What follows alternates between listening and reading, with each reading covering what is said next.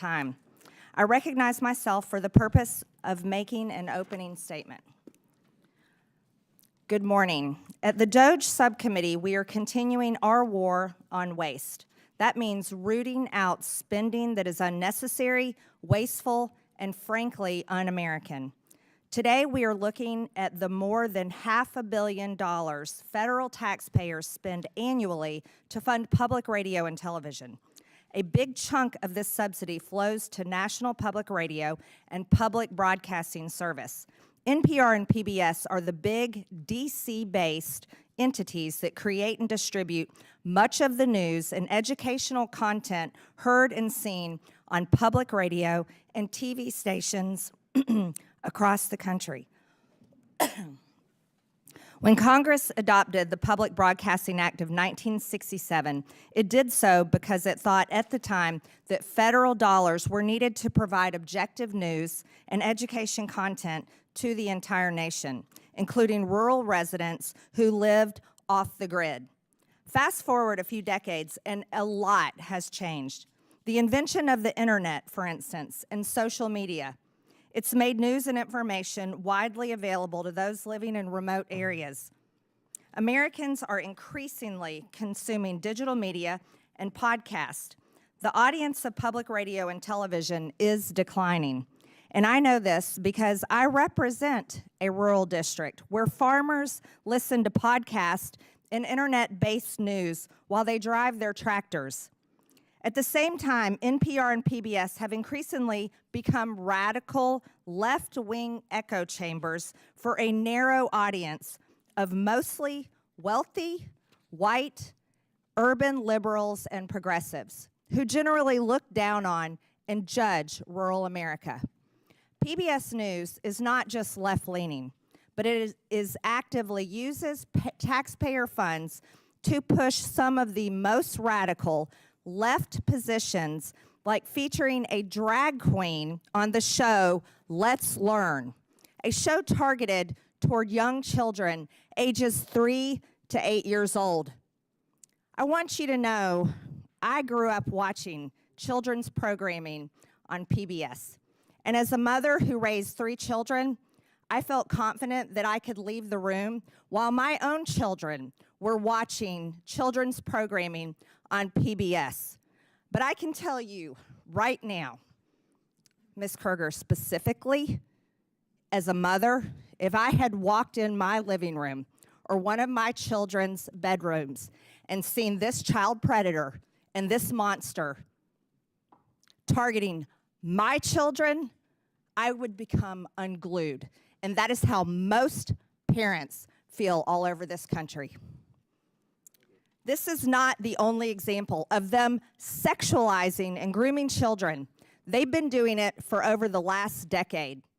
In 2015, PBS produced Frontline, put out a documentary, Growing Up Trans, that takes viewers on an intimate and eye-opening journey inside the struggles and choices facing transgender kids and their families.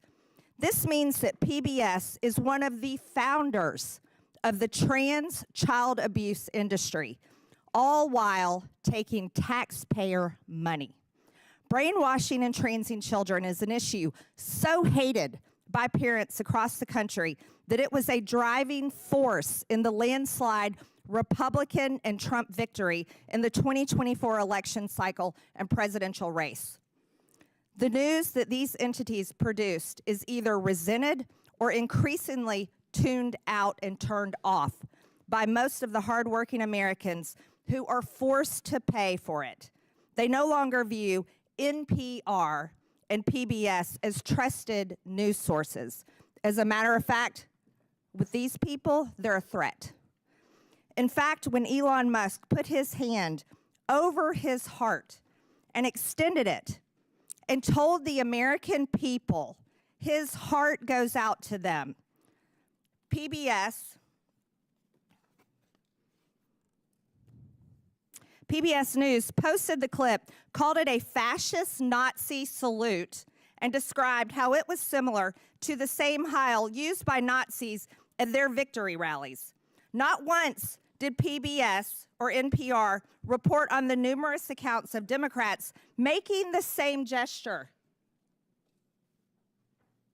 AOC, Kamala Harris, Barack Obama, Elizabeth Warren, somebody that lost a presidential race, Hillary Clinton, Governor Tim Walz. Why wasn't this treated exactly the same way? Is there not a standard in journalism today? Apparently not.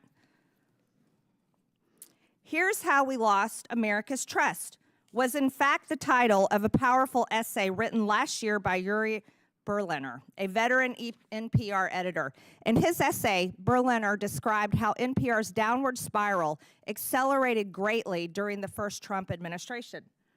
He said NPR dedicated efforts to damage the Trump presidency via relentless pursuit of Russiagate rumors that the Trump campaign colluded with Russia over the election. NPR hosts interviewed Adam Schiff, then the top Democrat of the House Intelligence Committee, 25 times about Trump and Russia. But they made no apologies when the Mueller report found no evidence that the Trump campaign had colluded with Russia, because they did not. Berliner also described NPR's passionate embrace of the left-wing DEI ideology that Americans clearly reject, as evidenced by the November elections. NPR's language and style guides were shaped by race and gender-based affinity groups that dominated the internal culture of the organization. And NPR journalists were to ask everyone they interviewed their race, gender, and ethnicity, and enter it into a centralized tracking system. This tracking system embeds DEI into the fibers of its content. Sounds like racism to me. It's a software attached to NPR's content management system where these reporters and producers submit information about their sources' race and ethnicity, gender identity, geographic location, that's kind of scary, and age range.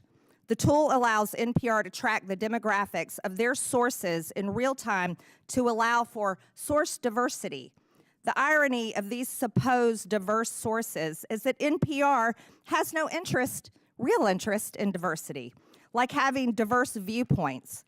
Berliner tried to sound the alarm on this when he checked voter registration records of the editors at DC's NPR headquarters and found 87 registered Democrats and 0 registered Republicans. But NPR treated Berliner like a political dissident in the old Soviet Union. He was driven out of the organization and forced to resign. Sounds like communism. And the ringleader of that effort was NPR's then newly appointed CEO, Catherine Maher, who is before us today. She dismissed Mr. Berliner's wake-up call as profoundly disrespectful, hurtful, and demeaning. In other words, instead of viewing it as a chance to finally right the ship at NPR, she doubled down. In doing so, she made it clear how any further internal dissent would be dealt with on her watch. That does sound like communist China at the taxpayer's expense.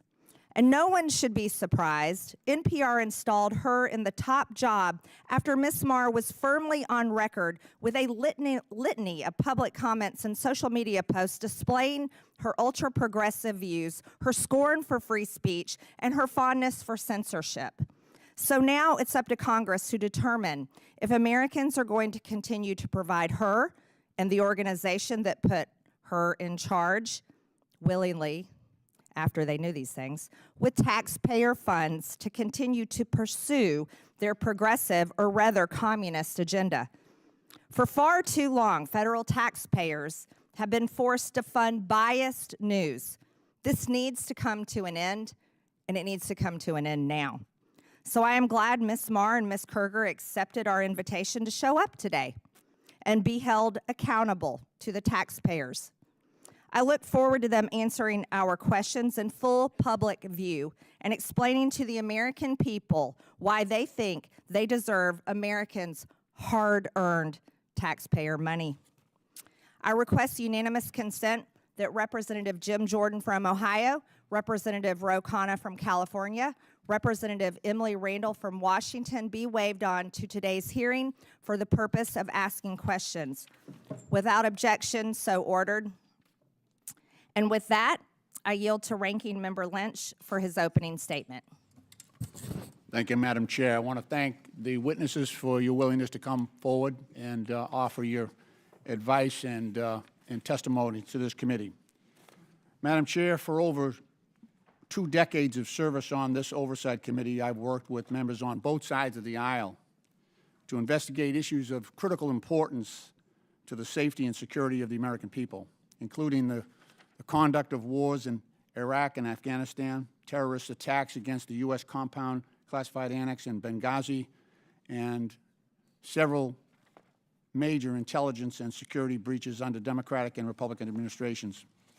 So I'm sad to see that this once proud committee, the principal investigative committee in the House of Representatives, has now stooped to the lowest levels of partisanship and political theater to hold a hearing to go after the likes of Elmo and Cookie Monster and Arthur the Aardvark, all for the unforgivable sin of teaching the alphabet to low-income families' children and providing accessible local news and programming. This hearing also comes at the direction of President Trump and Elon Musk, who have repeatedly called for the defunding of all public media and claimed that media organizations such as PBS and NPR are, and I quote, a liberal disinformation machine, close quote. Meanwhile, the Trump administration is engaged in an actual disinformation campaign to minimize the catastrophic national security breach that was revealed earlier this week. As reported by Atlantic Editor-in-Chief Jeffrey Goldberg, Mr. Goldberg was inadvertently added to a group chat on an unauthorized, non-secure, publicly available message app in which Secretary of Defense Pete Hegseth disclosed, quote, operational details of forthcoming strikes on Yemen, including information about targets, weapons systems, and other actions the U.S. would be taking, and also attack sequencing. I want to remind my colleagues in Congress that federal law makes it a crime when a person, through gross negligence, removes information relating to national defense from its proper place of custody or delivered to anyone in violation of this trust, or to be lost, stolen, or abstracted or destroyed. And what's more, if evidence shows that any of the parties who were in on that signal chat lied under oath in the Senate yesterday, Mr. Ratcliffe or Ms. Gabbard, for instance, then certainly conspiracy to conceal that breach would be far worse, where center or criminal intent is in evidence, and would be more likely to invite culpability and possible criminal liability. The Secretary of Defense would be subject to criminal prosecution, and it would be the responsibility of the U.S. Attorney General to prosecute that, but where a conflict exists, it might require a special prosecutor. This security breach severely compromised the safety of American troops in advance of imminent U.S. operations and airstrikes against Houthi rebel positions.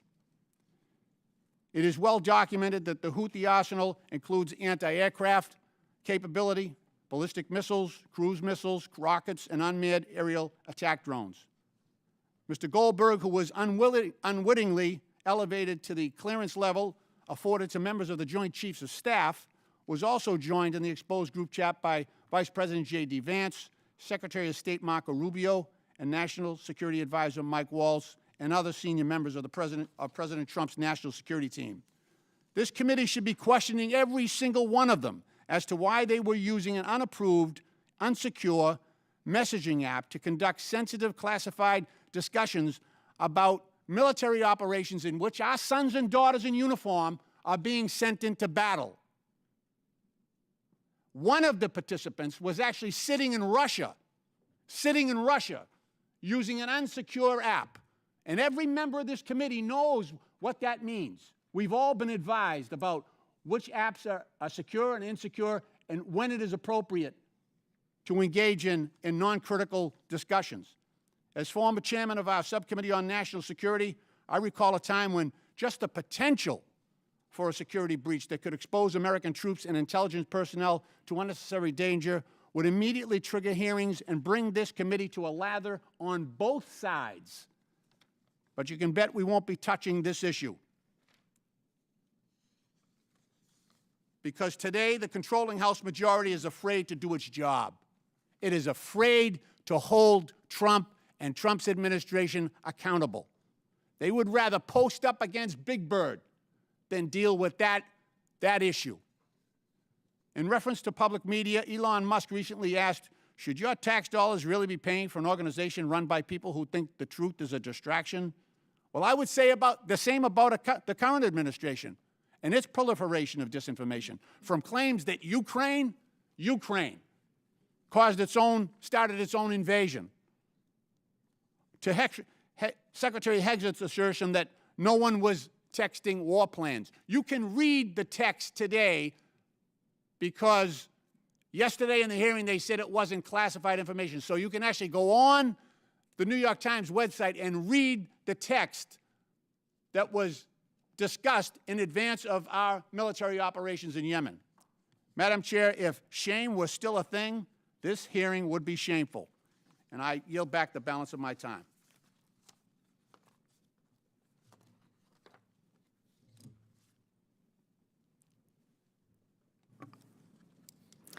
I am pleased to introduce our witnesses today.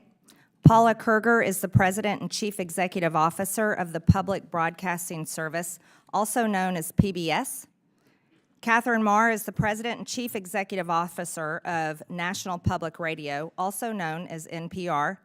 Mike Gonzalez is the Angelus T. Arredondo E. Pluribus Unum Senior Fellow at the Heritage Foundation. Ed Ullman is the President and CEO of Alaska Public Media. Again, I want to thank you all for being here to testify today. Pursuant to Committee Rule 9G, the witnesses will please stand and raise their right hand. Do you solemnly swear or affirm that the testimony that you are about to give is the truth, the whole truth, and nothing but the truth, so help you God? Let the record show that the witnesses answered in the affirmative. Thank you. You may take a seat.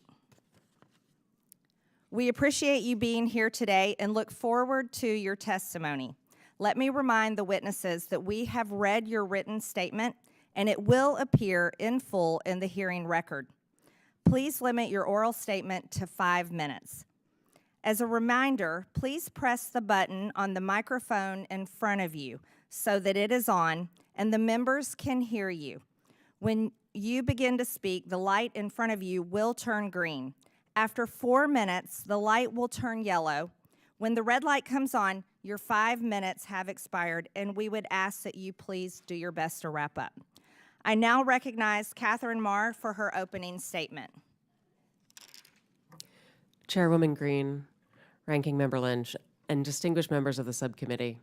My name is Catherine Marr, and I'm the President and CEO of National Public Radio, and I welcome the opportunity to discuss the essential role of public media in delivering unbiased, nonpartisan, fact-based reporting to Americans. Americans listen to public radio as they commute, as they work, and in the kitchen as they cook with family. Nearly 100% of Americans live within range of a public radio station. We cover what matters to local communities, crop prices, cook-offs, and local sports teams, alongside news of the nation and the world, from the halls of Congress to coverage of our troops overseas. Today, Americans have more media choices than ever. The rise of podcasting has established a competitive free market for audio news and information. And every day, I am honored to know that we have 43 million listeners from every state in the nation. Amidst this competition, local stations choose to become members of NPR for the value we provide. For example, we are the only non-paywalled news outlet with a dedicated reporter covering veterans issues. While NPR is only 25% of station programming on average, audiences for NPR bring the scale and revenue that subsidize essential local programming. Local public media journalism has never been more important to American families, who consider it part of the fabric of their communities. It correlates with higher rates of civic engagement, greater civic cohesion, and economic advantages, such as better municipal bond ratings. Recent independent polling found that more than 60% of all Americans and more than half of Republicans trust public broadcasting to deliver fact-based news. I understand the subcommittee has questions about funding for NPR and public radio. The vast majority of federal dollars, more than $100 million of the $121 million annual appropriation for public radio, goes directly to 386 local, non-commercial stations across the nation. This highly efficient investment enables your local stations to raise an average of $7 for every federal dollar. As a grantee of the Corporation for Public Broadcasting, NPR received federal funding of $11.2 million last year. These funds allow us to maintain the National Public Radio satellite system, helping safeguard our national security, civil defense, and disaster response, and enabling public radio to reach every corner of America. Additionally, these funds help protect journalists covering our troops overseas and reverse the decline of local journalism. As a recipient of federal funds, it is our responsibility to answer legitimate questions about why public funds should go to NPR, whether we are truly committed to serving all Americans, and whether the institution is an effective steward of taxpayer dollars. I hear, respect, and understand your concerns regarding bias and whether public media is relevant in a commercial landscape, and I'd like to spend a minute sharing with you my actions to address your concerns. First, it is critical for NPR's newsroom to operate with the highest journalistic standards. That means that they do their jobs independently, and as CEO, I have no editorial role at NPR. In other words, I do not decide what we cover or how we cover it. I lead NPR's strategy, ensuring we have resources and policies in place to serve all Americans, not just those with a specific point of view. I was brought into NPR to revive and reorient the organization and bring public media to a wider audience, a new generation, and new platforms. We have a responsibility to serve Americans across the full political spectrum in a trustworthy, nonpartisan fashion. It is essential that we deliver on this commitment, and we have work to do, and we are doing it. In May, we launched an initiative to improve our editorial review processes to make sure all pieces are fair and comprehensive. We hired new editors and analysts to ensure we're giving fair airtime to different voices and issues. We started regular meetings with our nearly 200 local newsrooms so we can plan together for the needs of their audiences. And the early results are positive. Our digital platforms, where we have the best data about our listeners, the political beliefs of our visitors mirror the makeup of the country across the ideological spectrum, and we're seeing growth in readers and listeners. I joined NPR because I believe that our strong and dynamic nation deserves great public media for all. Americans are smart and curious, and they want us to cover issues that matter, from the price of eggs to national security. It's our job to deliver truthful facts and information so citizens can make up their own minds. I believe Americans voted for a transformative administration, and it is our responsibility to cover that transformation fairly, with integrity and tenacity. I have been CEO for 1 year and 1 day. I have made changes to leadership and planning, invested in editorial integrity, committed to expanding our audiences and our relevance for all Americans. While we have taken significant steps in the right direction, the journey can't be completed overnight. Given the support that 75% of Americans have for public media, I ask Congress to give us the opportunity to continue to serve the American public. I will invite you to listen with a fresh ear, and to that end, our newsroom invites you to join us on air, and I welcome your questions. Thank you, Ms. Marr. I now recognize Paula Kerger for her opening statement. Chair Taylor Greene, Congressman Lynch, and members of the subcommittee, my name is Paula Kerger, and I'm the president and CEO of PBS, a role that I've held for 19 years. It is my honor to be here on behalf of the 336 PBS stations who serve every community in the United States. There's nothing more American than PBS. As a membership organization, our local service is at the heart of our work. Our job at PBS is to support our stations so that local stations can serve their communities. We've been proudly fulfilling our mission for nearly 60 years, using the public airwaves and other technologies to help educate, engage, and inspire the American people. That mission is our guide star and remains just as important today as when the Public Broadcasting Act was signed into law in 1967. PBS stations provide something that cannot be found on commercial networks. This is because PBS stations are focused on the needs and interests of the viewers they serve. Especially in rural areas, PBS stations are the only outlet providing coverage of local events. For example, high school sports, local history and culture content, candidate debates at every level of the election ballot, and specialized agricultural news. Local stations also partner with other community organizations to address issues of concern like Veterans Affairs and the opioid crisis. Finally, communities depend on the essential public safety information and emergency alerts our local stations provide. Our programming comes from our local stations. For example, Southern Storytellers was produced by Arkansas PBS for our national audience. This program highlighted Southern culture through its literature, music, and film. Across the country, nearly 4 million people watch Southern Storytellers, helping Americans learn about our shared history and what brings us together as a people and a nation. Our stations pool resources to invest in programming that will benefit all Americans, ranging from history and science to art and music. For example, Firing Line with Margaret Hoover creates a forum for people with a wide range of views to respectfully share ideas. While programs like Independent Lens's Matter of Mind, My Alzheimer's explores the challenges facing many American families. And we celebrate what makes our country great. A Capitol Fourth and the National Memorial Day concert honor our nation's ideals, our service members, and our veterans. Looking ahead, we will mark our nation's 250th birthday with the Landmark Initiative, headlined by a new major series from Ken Burns, The American Revolution. Our educational programming for children is one of the most important aspects of our service to the American people. I strongly believe that the programming we offer to prepare children for the future is the most essential work that we do. Today, more than half of all preschool-age children are not enrolled in pre-kindergarten programs. Our content has helped tens of millions of children prepare for success in school and in life with free programming that is available everywhere children are, on air, online, and in the classroom. Our educational programming is backed by scores of research studies showing that our programs like Daniel Tiger's Neighborhood and Super Y help kids develop essential skills like reading, math, and problem solving. We are proud that nearly 9 out of 10 families agree that PBS is the most trusted, safe, and educational media brand for children. Because our programming is free and universally available, we are able to reach more low-income families than any other media company. In fact, our viewers overall reflect the wide variety of communities we serve. Our audience mirrors the overall U.S. population with respect to education, income, and geography.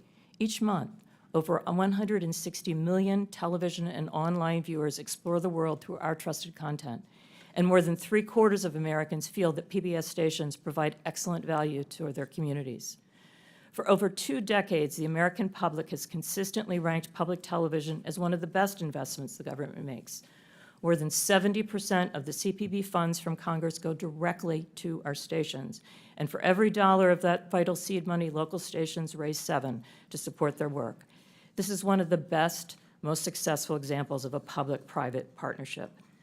When I think about the need for our service, I think of a man I met during a visit to a local station in Nebraska. He was a rancher with young children, and he drove hours to attend a local station event. He pulled me aside and told me this: we need PBS. We don't live near a preschool. My children have learned to read watching PBS shows, and the shows we watch on PBS are our connection to the rest of America.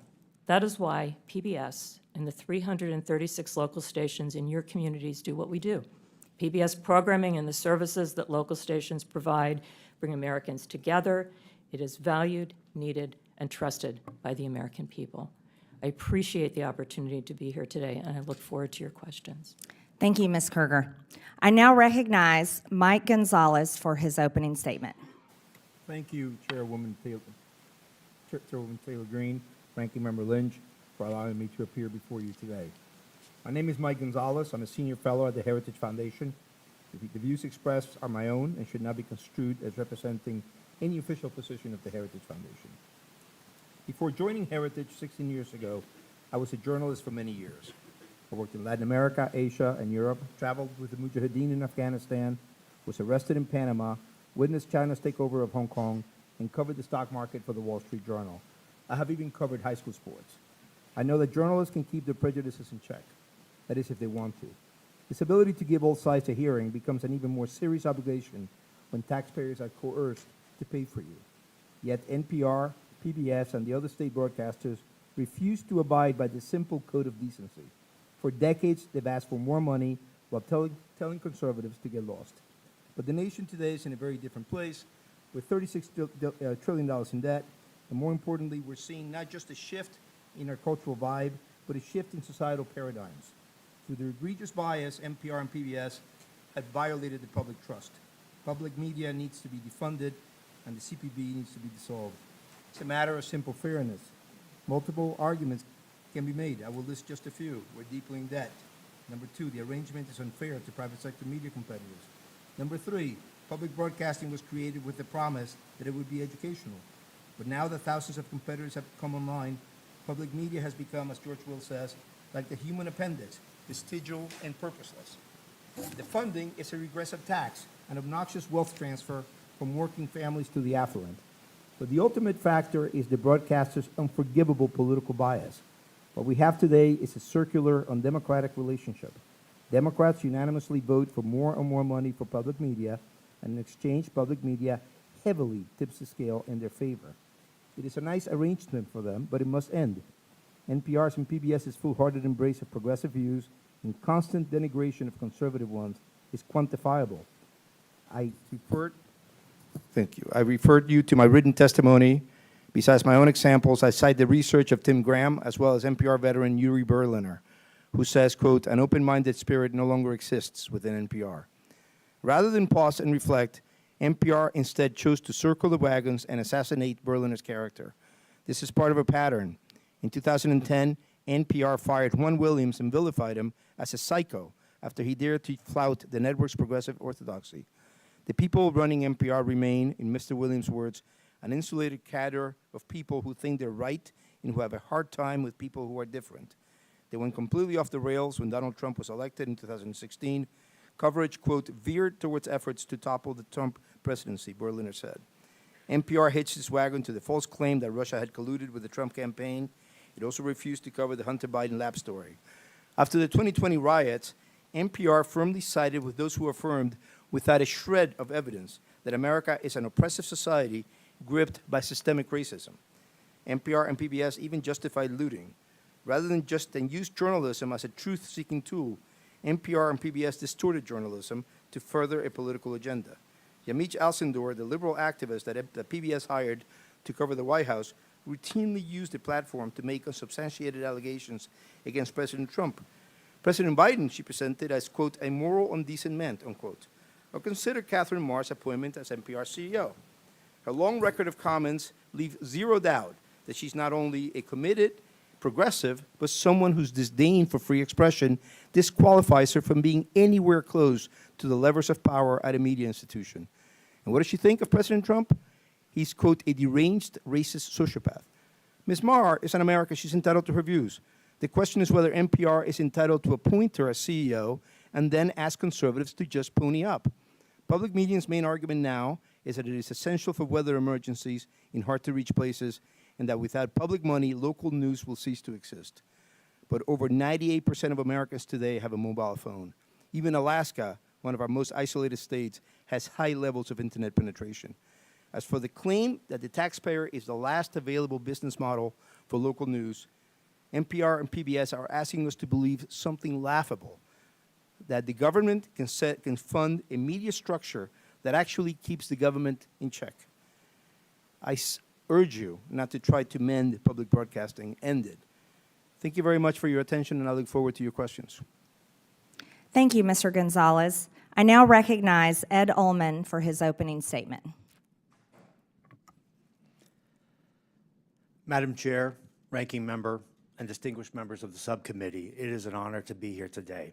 My name is Ed Ullman. I'm the President and CEO of Alaska Public Media. The people of Alaska rely on public media to provide free, universal access to essential services in public safety, education, and community connections. This includes potentially life-saving alerts, updates on community affairs, coverage of state and local government, proven educational content engagement services, and local and national news.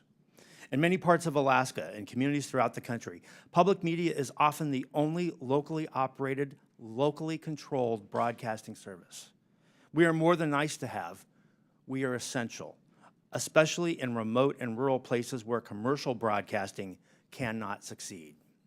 We provide potentially life-saving warnings and alerts that are crucial for Alaskans who face threats ranging from extreme weather to earthquakes, landslides, and even volcanoes.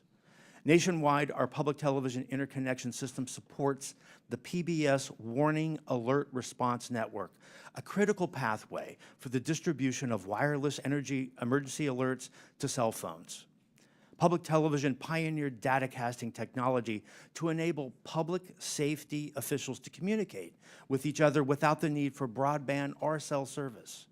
In partnership with the Department of Homeland Security, public television has proven how this technology can assist rural search and rescue, over-water communications, large event crowd control, and even school safety incidents. Alaskans use our services to connect to their communities and the broader world through access to local public and government affairs, agricultural news, local history and culture, as well as local and national educational content and news. Our programming caters to and is informed by the specific needs of the communities we serve. Just to give a few examples, Indie Alaska, an award-winning series of documentaries, captures Alaska's people, places, and their unique stories. Alaska Insight is a weekly public affairs program that moves the conversation beyond the headlines and right into Alaska's communities. Our radio station hosts Alaska's only statewide call-in programs, Talk of Alaska and Line 1, Your Health Connection. We reach across Alaska with these essential free services through a statewide network consisting of 4 TV channels and 1 radio station. We coordinate the only statewide news network, which includes 27 independent radio stations across Alaska, and we operate the Alaska Rural Communications System, which provides free over-the-air television and radio programming to 100 rural communities.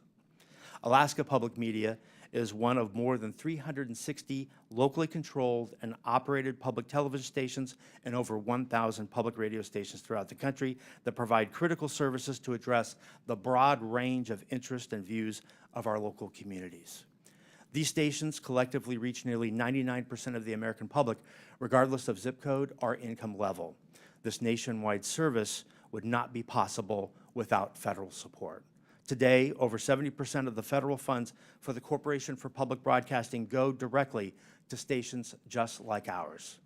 Our system leverages this crucial seed money 7 times over in highly efficient public-private partnerships. Reducing or eliminating federal funding would be devastating and could cause the closure of many stations, especially the most rural and remote. Our highest costs come from maintaining broadcast and IT infrastructure, local programming, and community engagement, all of which would be in serious jeopardy without federal funding. Cuts to our national partners, PBS and NPR, would have a similar impact, particularly in small and rural markets.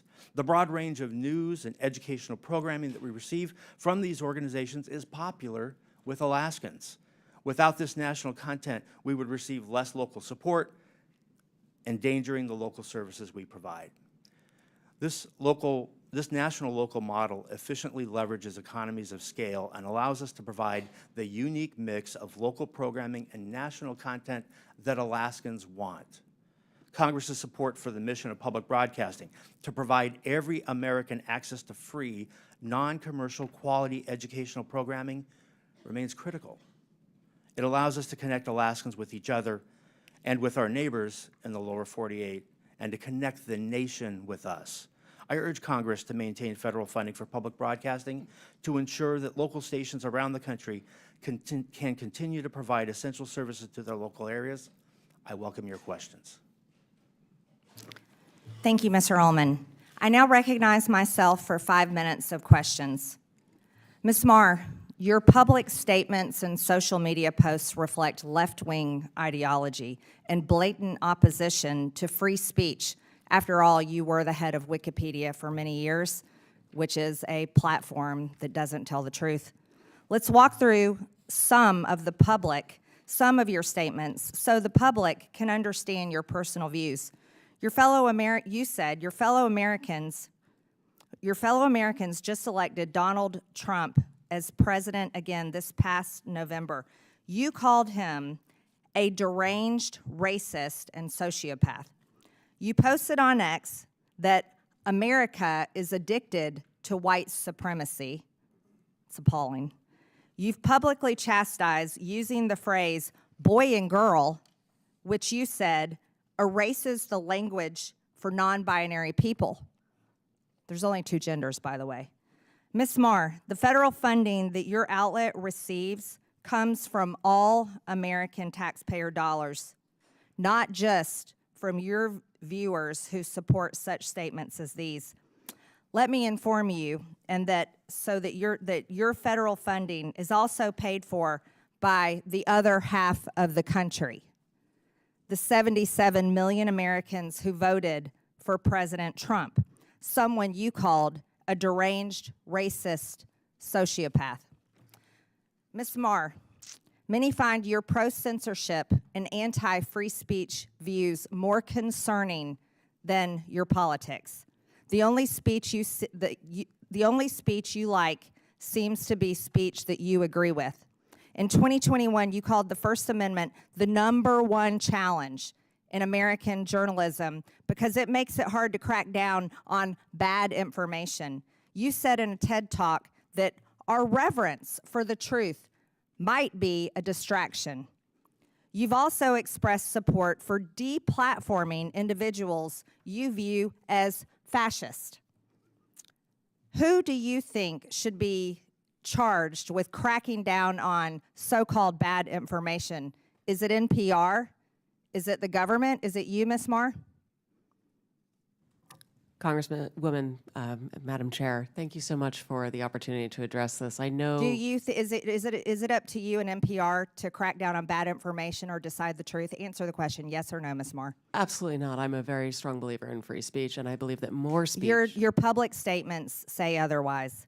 Ms. Marr, in 2021, when speaking at an Atlantic Council event, you said that when you were CEO of Wikipedia, you took a very active approach to disinformation and misinformation.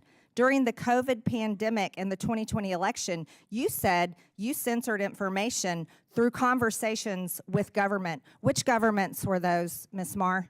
The Biden administration, yes or no? Madam Chair, Wikipedia never censored any information. These are your public statements, Ms. Marr. Ms. Marr, are you familiar with Section 399B of the Communications Act? It prohibits non-commercial education broadcast stations, NCEs, from airing commercials on behalf of for-profit entities. The FCC recently opened an investigation into the underwriting announcements and related policies of NPR and PBS. Does NPR air commercials for for-profit entities, Ms. Marr? Yes or no? Madam Chair, we are in full compliance with the FCC's inquiry and will continue to cooperate. I remind you, you're under oath, and violations of the Communications Act comes with a fine up to $10,000 and possibly up to a year in prison. Does PBS air for-profit commercials, Ms. Kruger? We air underwriting announcements, and we believe we are in full compliance with the FCC, and we look forward to delivering the material required in this part of this investigation. We look forward to that, too. I'm assuming you're concerned, both of you are concerned about this, and that's why you brought so many attorneys with you today. Ms. Kruger, using taxpayer subsidies, PBS funded Independent Lens to make documentaries for part of your programming. In 2016, Real Boy was aired about a trans teen navigating adolescent sobriety and the ramification of his gender identity. In 2022, the same series aired Our League, in which a trans woman comes to her old school Ohio bowling league in a story about transition. Then in 2024, A Racist Trees was aired, telling a story of how in Palm Springs, a black neighborhood fights to remove a divisive wall of trees. Do you think PBS needs to fund ridiculous material such as this that the taxpayers are having to pay for? These are documentary films that are point-of-view pieces that are part of our primetime schedule for adults. And parents and adults don't trust that type of programming.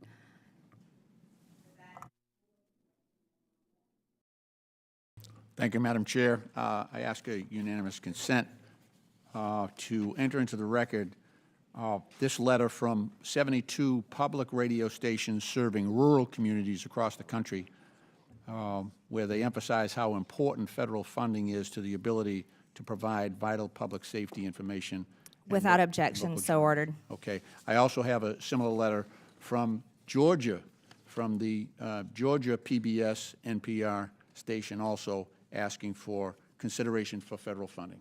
Without objection, so ordered. Thank you. Ms. Kerger and Ms. Marr, can we talk a little bit about the educational service you provide for children of low-income families and how that that is received and the trust that you've generated among families in that situation? Yes, a significant part of our broadcast day is devoted to programming for children. We focus on preschool. Goes back to the legacy of Fred Rogers, who believed that media could be a tool to help to instruct children as well as a tool of entertainment.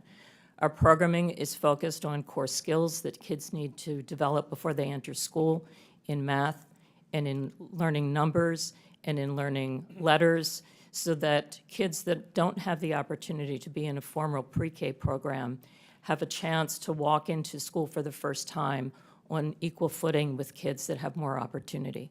And that's the heart of what we think about in the programming that we develop for kids. Now, I know you've done some, well, independent groups have done assessments on trust, the trust factor that parents have on PBS Kids, which is one of your most popular services. Can you talk about that? Yes. Where did you come in terms of the comparison to other stations? Yeah, we are the most trusted media brand. In fact, Parents Magazine this week just ran the results of a study that was done on Daniel Tiger's neighborhood, actually looking at 16-year-olds that remember some of the basic skills they learned as small children. And what we're focused on is to make sure, again, that every child has the opportunity to learn and be excited about the world around them when they enter a school for the first time, and to give them those core basic skills that we can see they carry forward in life. Ms. Marr, I'd like you to focus on the work that public media is doing in relation to public safety communications. How important is this function of public broadcast media, particularly, I'm talking about the most rural, most remote communities in this country? Thank you so much, Congressman. We are part of the National Next Generation Warning System, for which we've received a significant investment over the course of the last few years, and many thanks to Congress for supporting that appropriation. Our stations are busy implementing that across the nation. We also are part of the the statewide emergency plans for more than 20 states. You'll see the importance and value of public radio in particular when we face extreme weather. For example, whether in Ashland, North Carolina recently, Blue Ridge Public Radio was the only news information source available for nearly 2 weeks as people struggled with outages of water and electricity, and certainly outages of cell phones and internet. Recently as well, my colleague from Alaska would be able to speak to Raven Public Media, which had a very similar experience of 2 weeks of outages in which the local media station was, again, the only source of information for that community. When everything else goes down, public radio is there, available to first responders to be able to communicate directly about issues of harm and ensure the public has access to vital, critical information. Now, I mean, there's a lot of information out there, a lot of stations out there, but we're talking, what's the difference here when you have a paywall-free, non-subscription access for some of these communities? I think it makes all the difference in the world, sir. We recently, as I mentioned in my opening statement, we're one of the only publications in America that has a dedicated veterans beat and the only one without a paywall. I'm always struck by something that our veterans reporter told me, which is that a mother of one of our troops deployed overseas came to him and said that for the first time in 9 months, she'd heard his son's voice. That's something that I believe only public media can do, and it can only do that because it is available to all Americans without any barriers. Thank you. Madam Chair, I yield back. I now recognize Chairman Comer from Kentucky for 5 minutes. Thank you, Madam Chair. Mr. Ullman, I'm glad you brought up a point, and it's been mentioned a couple of times already at the early start of this hearing about rural and remote. And I have to tell this story. When I graduated from college with a degree in agriculture, I went back to rural Monroe County, Kentucky, and worked on a farm, my farm, for 5 years, full-time. Farm to this day, but full-time. I was in a tractor, sometimes 10, 12, 14 hours a day. And I listened to the radio, and the only radio station I could get that had news was public radio. So I listened to as many hours of public radio as anyone on this panel, I can assure you. And it was a great service. That was 30-some years ago.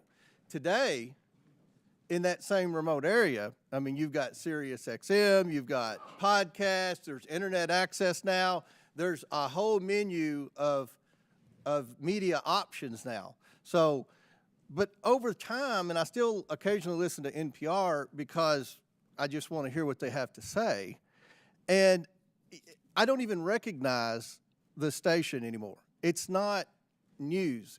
I feel like it's propaganda. I feel like there's disinformation every time I listen to NPR. And, you know, a media entity like MSNBC or Huffington Post that, in my opinion, consistently spews disinformation, they can do that. They're a private company. But NPR gets federal funds. And you know, I have a problem with that. Because if people in Alaska, if all they have is public radio, then all they know is what these headlines say, and they're wrong about COVID-19. And the headlines are in the background. I don't have time to go over all these headlines that are wrong. About Russian collusion, wrong, wrong. About the Hunter Biden laptop, wrong. And then there's a story about me, and part of what we went through on this committee during the Biden investigation, which, by the way, ended with Joe Biden's last act as President of the United States, pardoned his entire family preemptively for an 11-year period, which just so happened to be the 11-year period that this committee investigated the Bidens, that we had subpoenaed bank records. I don't think NPR reported about the pardons, but they reported a lot about how there was no evidence of any wrongdoing and things that just weren't true. In fact, there's a story, NPR, lawmaker leading Hunter Biden House investigation, accused of owning a shell company. Well, that's me. Ms. Mayor, are you familiar with that story that NPR wrote about me at the height of the Biden investigation when you all were disputing every aspect of our investigation that is 100% factual? We have hundreds of pages of evidence, hundreds of pages of bank records, hundreds of pages of emails. Do you remember the story that NPR wrote about me saying I had a shell company? Congressman, I was not at NPR at the time, and I'm unfamiliar with the story. Where do you get your sources on something like that? That's a very serious accusation because we're investigating a president and his family who had 28 shell companies. I have an LLC, had 5 properties in it. It's in my financial disclosure form. I've gone into great detail, given lots of interviews. But people that listen to NPR, they're totally disinformed on the truth. And you know, I have a problem with that because you get federal funds. And I do believe there was a role for public radio 30 years ago, maybe 20 years ago, maybe 5 years ago. But because of technology today, I don't think there's a role for public radio anymore. And I think you've abused the privilege that you had with receiving federal funds. Because these headlines here are not true. This is disinformation on some huge topics. Do you want to dispute anything that I said in the remaining 30 seconds? Thank you, Congressman. First of all, I want to recognize your concerns. One of the first things that I did in coming in May was to beef up our editorial standards. I directed my editor-in-chief, who, by the way, Why is NPR even doing editorials? I'm should so NPR sorry. even do editorials? I don't mean editorial in terms of opinion editorial. Do you even need opinion? What does it matter with the opinion? If you're a federally funded entity that's supposed to provide the news, Can you not provide the news? Of course. Fair and balanced? Of course, Congressman. I mean, editorial standards for our journalism was to beef up our editorial practices, bringing in more editors to make sure that we have more points of view reflected in every story. I've engaged in a number of actions trying to address And my some of time's these expired. concerns. I've lost confidence in public radio. I don't think, Madam Chair, they should get a penny of federal funds. I yield back. Thank you, Mr. Chairman. I now recognize Mr. Garcia from California for 5 minutes. Well, thank you, Madam Chairwoman. I want to first begin by thanking all of our witnesses that are here today.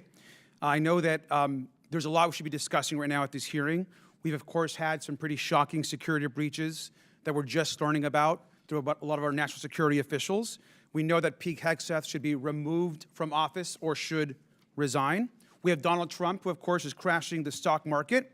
He's taken away millions of programs and hurting people across this country to fund tax giveaways to billionaires. And our constituents can't access their Social Security benefits. Now, I think actually Chairwoman Green supports everything that the Trump administration is actually doing. So instead of a serious hearing, we're here to attack NPR and PBS. So let's get right into it. Now, Ms. Kerger, the American people want to know, is Elmo now, or has he ever been, a member of the Communist Party of the United States? A yes or no? No. Now, are you sure, Ms. Kerger? Because he's obviously red. Well, he is a puppet, but no. Now, that's not all. He also has a very dangerous message about sharing and helping each other. He's indoctrinating our kids that sharing is caring. Now, maybe he's part of a major socialist plot, and maybe that's why the chairwoman is having this hearing today. But let's talk about somebody else. Let's talk about Cookie Monster. Now, we know that Health Secretary RFK Jr. is coming out against fast food and baked goods. Are we silencing pro-cookie voters? Yes or no? Ms. Kerger. But cookies are a sometime food. Well, thank you. Now, I agree with you, and let's also talk about the most important, maybe, character on Sesame Street. This is actually Big Bird. Now, Ms. Kerger, since Elon Musk actually fired USDA workers who have been working on the bird flu, does it make sense to also fire Big Bird? Yes or no? We would like to keep Big Bird. I completely agree with you. And now it gets even worse. Now, this is actually a tweet that Big Bird actually sent out about the COVID-19 vaccine, encouraging folks to actually get their vaccination, which, of course, we believe in vaccines. Now, perhaps the reason why we're having this hearing is because our chairwoman, Ms. Green, has actually said some really negative things about getting vaccinations. And that perhaps is why we are here. And so we support Big Bird being pro-vaccine and promoting vaccines across this country. Now, I will admit, though, the extreme liberal agenda that you're all pushing, I think, doesn't stop there. This, of course, is Bert and Ernie. Now, these two guys actually live together. They're friends. They're supportive of each other. Now, that might be triggering to our chairwoman and some on this committee, and perhaps that's also why we're here today. Ms. Kerger, an important question. Are Bert and Ernie part of an extreme homosexual agenda? No. Thank you, Ms. Kerger, and thank you for being a good sport. Now, I'm obviously using some humor here, but the fact that we're sitting here today talking about defunding public television is actually not funny. At a time where we can't agree on basic facts, and while the free press is under attack, we need public media like PBS and NPR more than ever. A large majority of Americans say they trust PBS. And that's exactly why extremists are trying to tear it down. Public broadcasting is a tool for education, for emergencies, and a cherished part of our national fabric. We get huge benefits from a tiny federal investment. The majority and our chairwoman should drop this attempt to silence media voices they don't like. So the message, I think, today is very, very simple. If we're going to get rid of any puppeteers, we should get rid of the one that's actually controlling Donald Trump. Fire Elon Musk and save Elmo. And with that, I yield back. I now recognize Mr. Cloud from Texas for 5 minutes. Thank you, Chairwoman. NPR fancies itself as a nonpartisan news outlet, public information outlet, even says that we should consider all things. All things are considered, yet their history of political bias has shown that there are a number of things they have not considered. They asked us not to consider that the Hunter Biden laptop was real. They dismissed what was always the most probable theory of the COVID lab leak from Wuhan. They interviewed Russia collusion hoaxer Adam Schiff 25 times, who claimed to have a vault of information in his office leading to the impeachment of President Trump, which of course we now know was all fraudulent. I'd like to submit for the record an article by Uri Berlinger. I've been at NPR for 25 years. Here's how we lost America's trust. Without objection. So NPR, unfortunately, has lost much of the audience that they used to have, and now they have a very partisan audience because of this. Who do they bring in to fix it? They bring in Ms. Maher, who has a history of commentary of promoting Marxist ideology, including critical theory. Said we should not use the terms boy or girl, has called our president a deranged racist sociopath, and said that our reverence for the truth has become a distraction that is preventing us from finding consensus and getting important things done. And one could look at that and think that maybe, in your view, promoting groupthink is more important than finding the truth. I thought we liked diversity of ideas, especially, and that as an online encyclopedia that you used to manage, activism was more important than accuracy. Now, I had an uncle who used to say that you should never let the truth get in the way of a good story.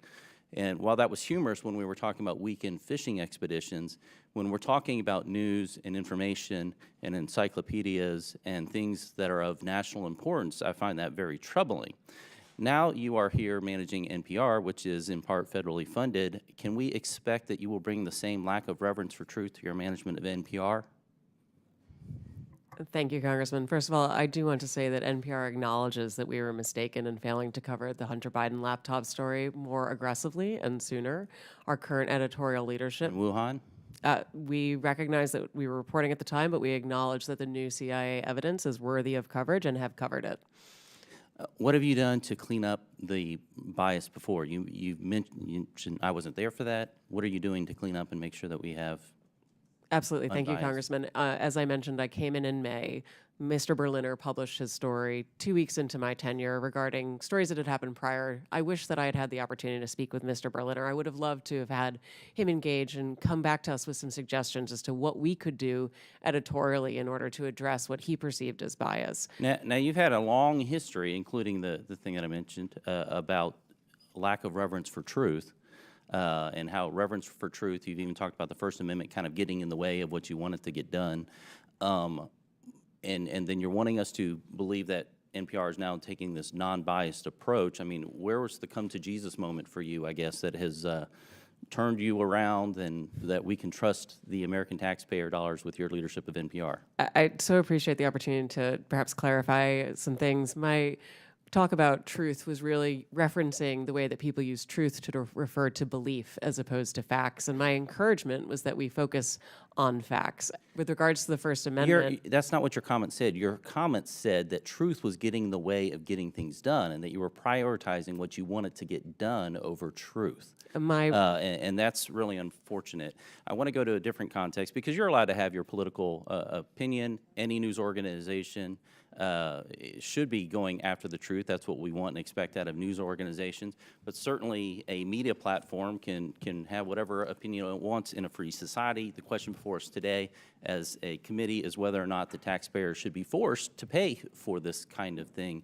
Mr. Gonzalez, I wanted to get your take on this about why the corporate public broadcasting is it still relevant today? I mean, we're in a different context than we were in the 60s where maybe not every home had a television. Now many of them have multiple televisions, and certainly most have a screen in their pocket most times during the day. I have 3 here on my desk. And so it seems like we're in a different context. Like, where could we possibly get the news today or information?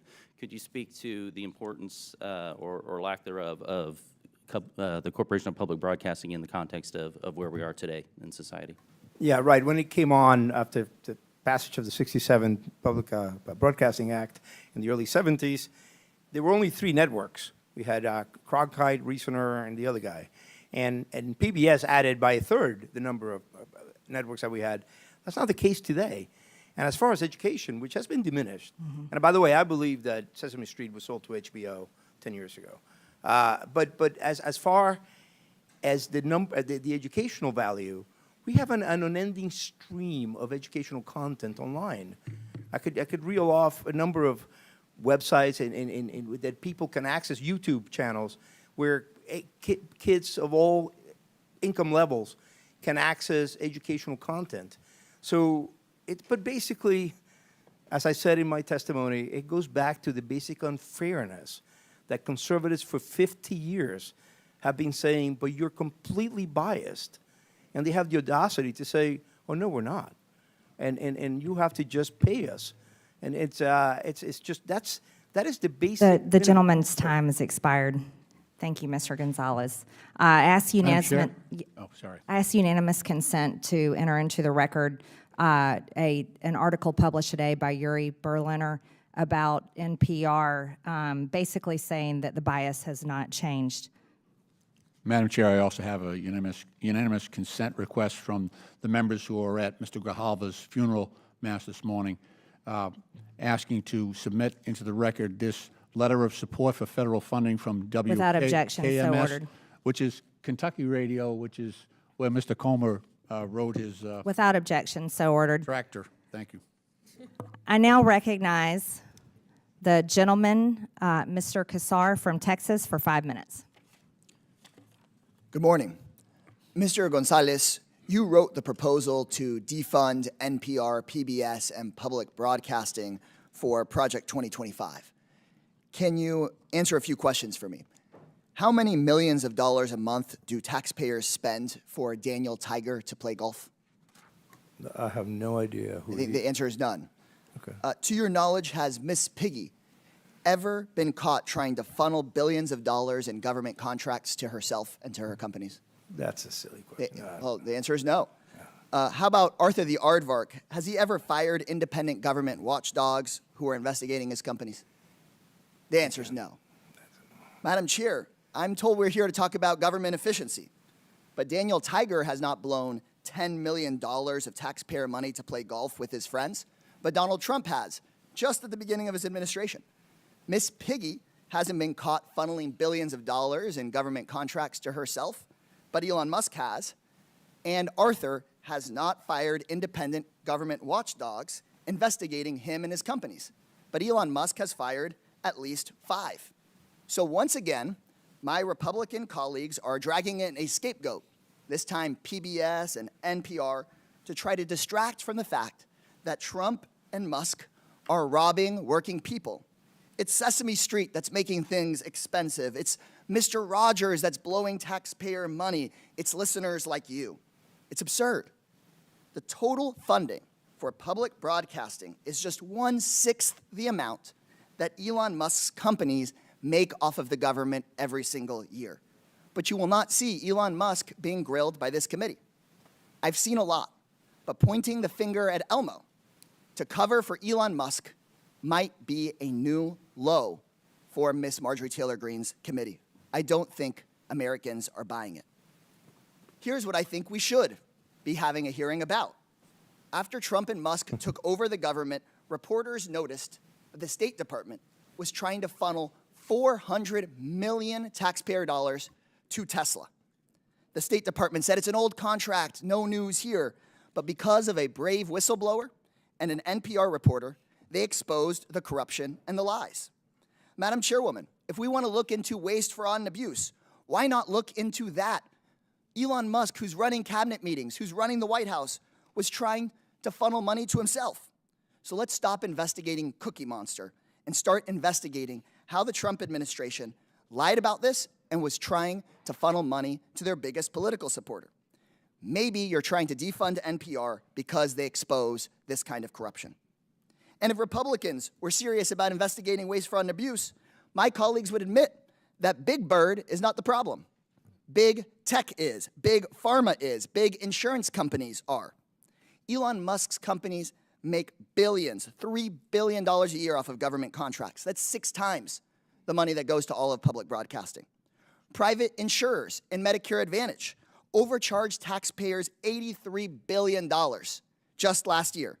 That could pay for public broadcasting 160 times over. the $4.5 trillion tax cut for the ultra wealthy that Republicans on this committee are trying to push through, that would pay for public broadcasting 9,000 times over.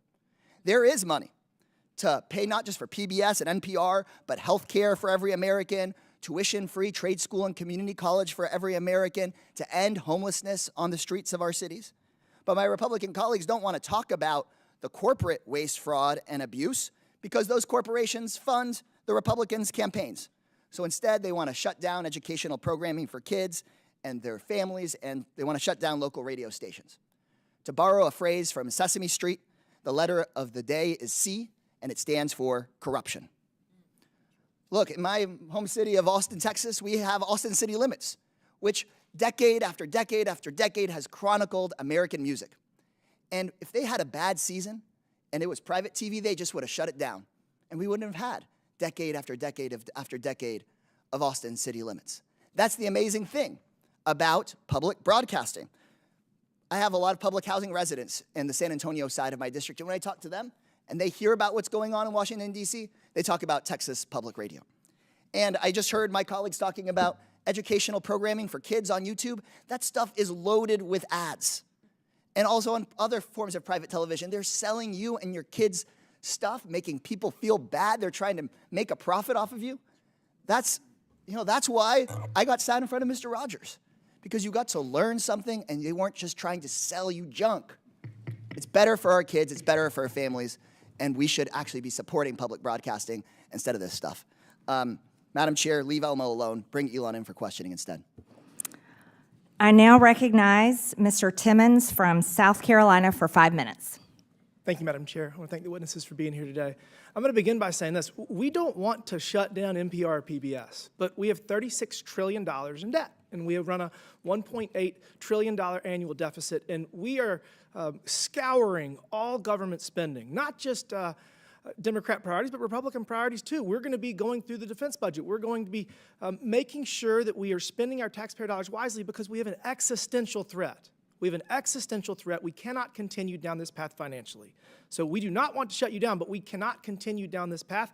And so if our debt is part of the reason we're here, I think another part of the reason we're here, reevaluating your role and the government's use of taxpayer dollars to partially fund your institutions is because technology has changed everything. We are not living in 1967.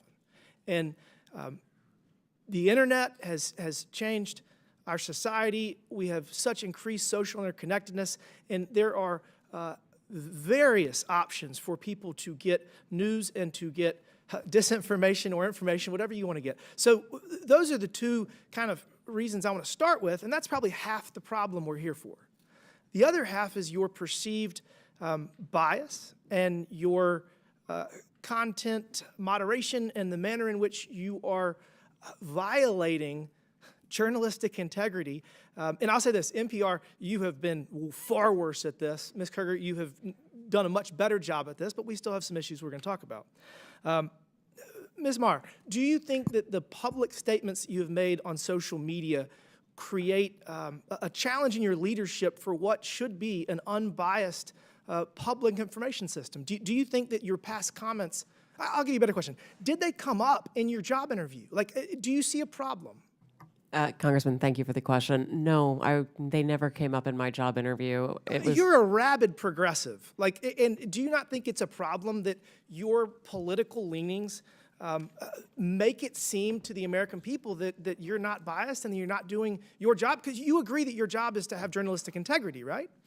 Absolutely, but there is a strong firewall between the newsroom and anything that I Let's do. talk about the newsroom. You have 87 registered Democrats, not a single Republican in your editor board. So, I mean, how does that work to give us the perception that you're doing your job of actually delivering unbiased information? Well, I would agree with you that that number is a concern if it is accurate. I do believe that we need to have journalists who represent the full breadth of the American society so that we can report well for all Americans. Well, I think that you are failing. I realize you've only been there for a year, but I just really think that while it is a small portion of your budget, you very much should expect to restructure your revenue streams, because I don't think that NPR is necessarily worth saving. And I'm going to go on to Ms. Kerger.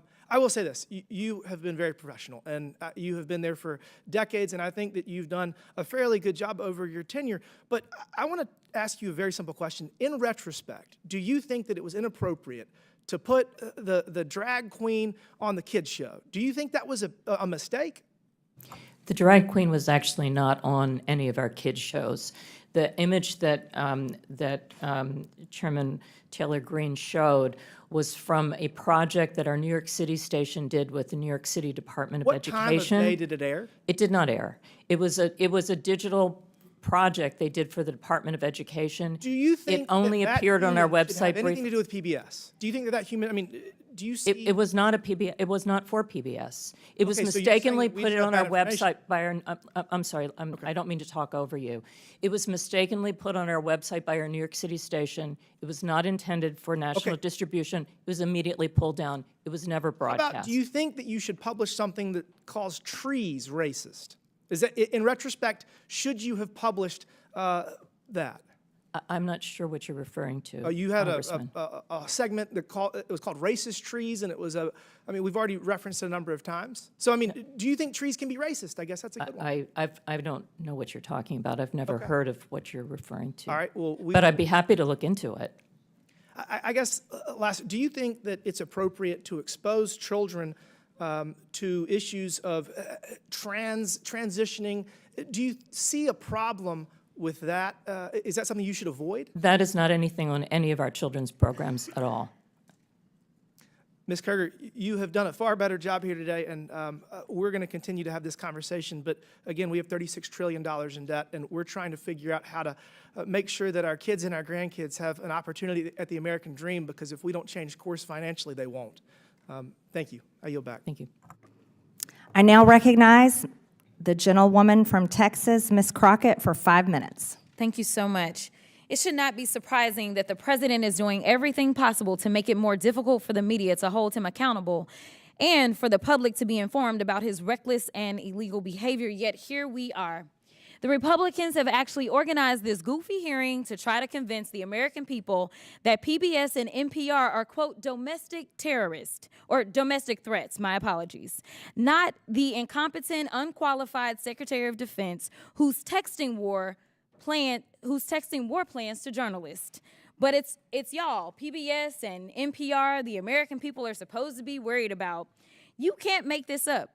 It's as stupid as it sounds. The American people should be worried about the president threatening to investigate NBC for treason for reporting on his felony convictions, or arresting reporters and stripping networks of their licenses for not saying nice things about him or not using Gulf of America.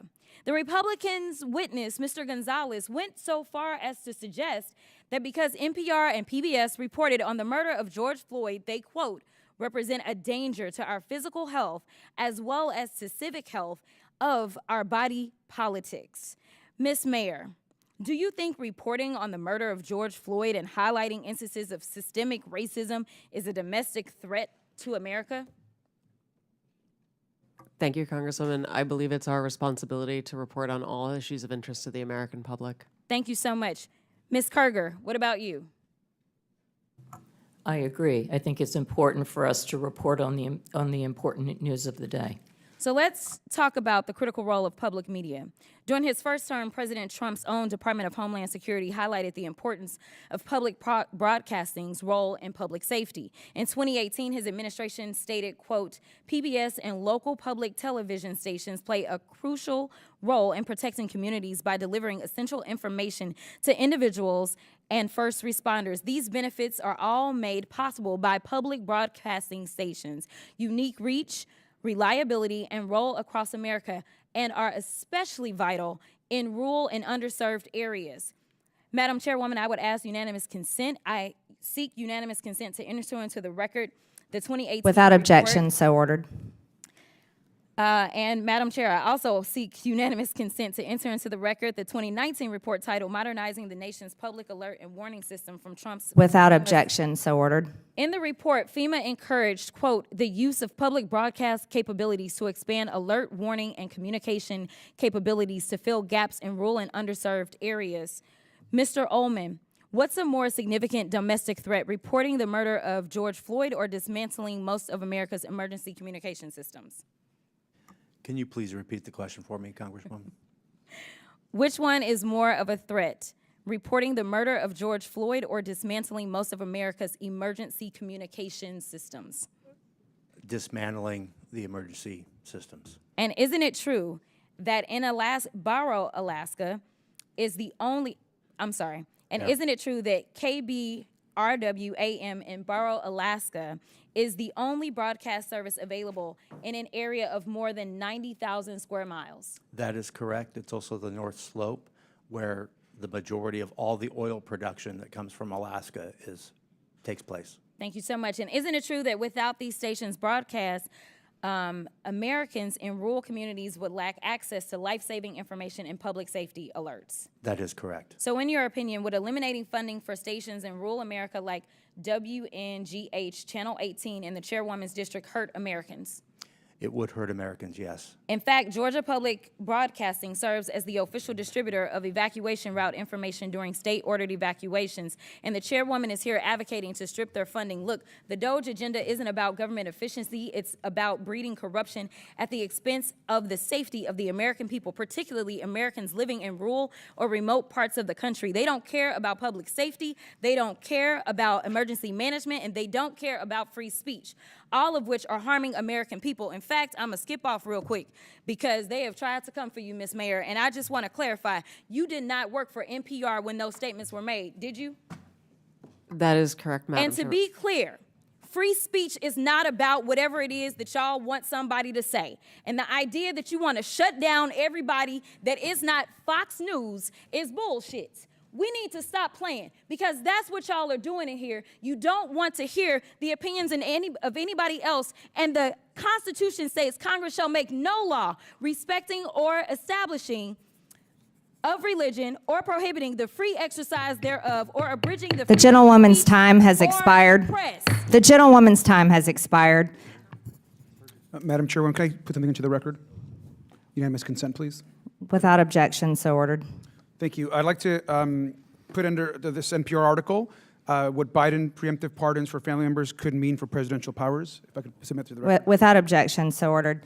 I now recognize the gentleman from Ohio, Jim Jordan, for 5 minutes. Thank you, Madam Chair. Ms. Maher, who is Uri Berliner? Mr. Berliner is a former senior editor, That's all? a former senior business editor for NPR. How long do you work at NPR? I believe he was there just over 25 years. 25 years? Award-winning journalist? Did he win any awards? Our time did not Peabody overlap. Award? That's pretty important, isn't it? That is, So absolutely. pretty distinguished journalist, right? Certainly. And he wrote a long story about what you do at NPR. Is NPR biased? Congressman, I have never seen any instance of political bias determining editorial decisions, no. Well, Mr. Berliner, in his story last year, wrote, in the D.C. area, editorial positions at NPR, he said he found 87 registered Democrats, 0 Republicans. Is that accurate? We do not track the numbers or the voter registration, but I find that Was concerning. award-winning journalist who worked 25 years at NPR, Mr. Berliner, was he lying when he wrote that? I am not presuming such. I just don't have, we don't track that information about our journalists. 87 to 0, and you're not biased.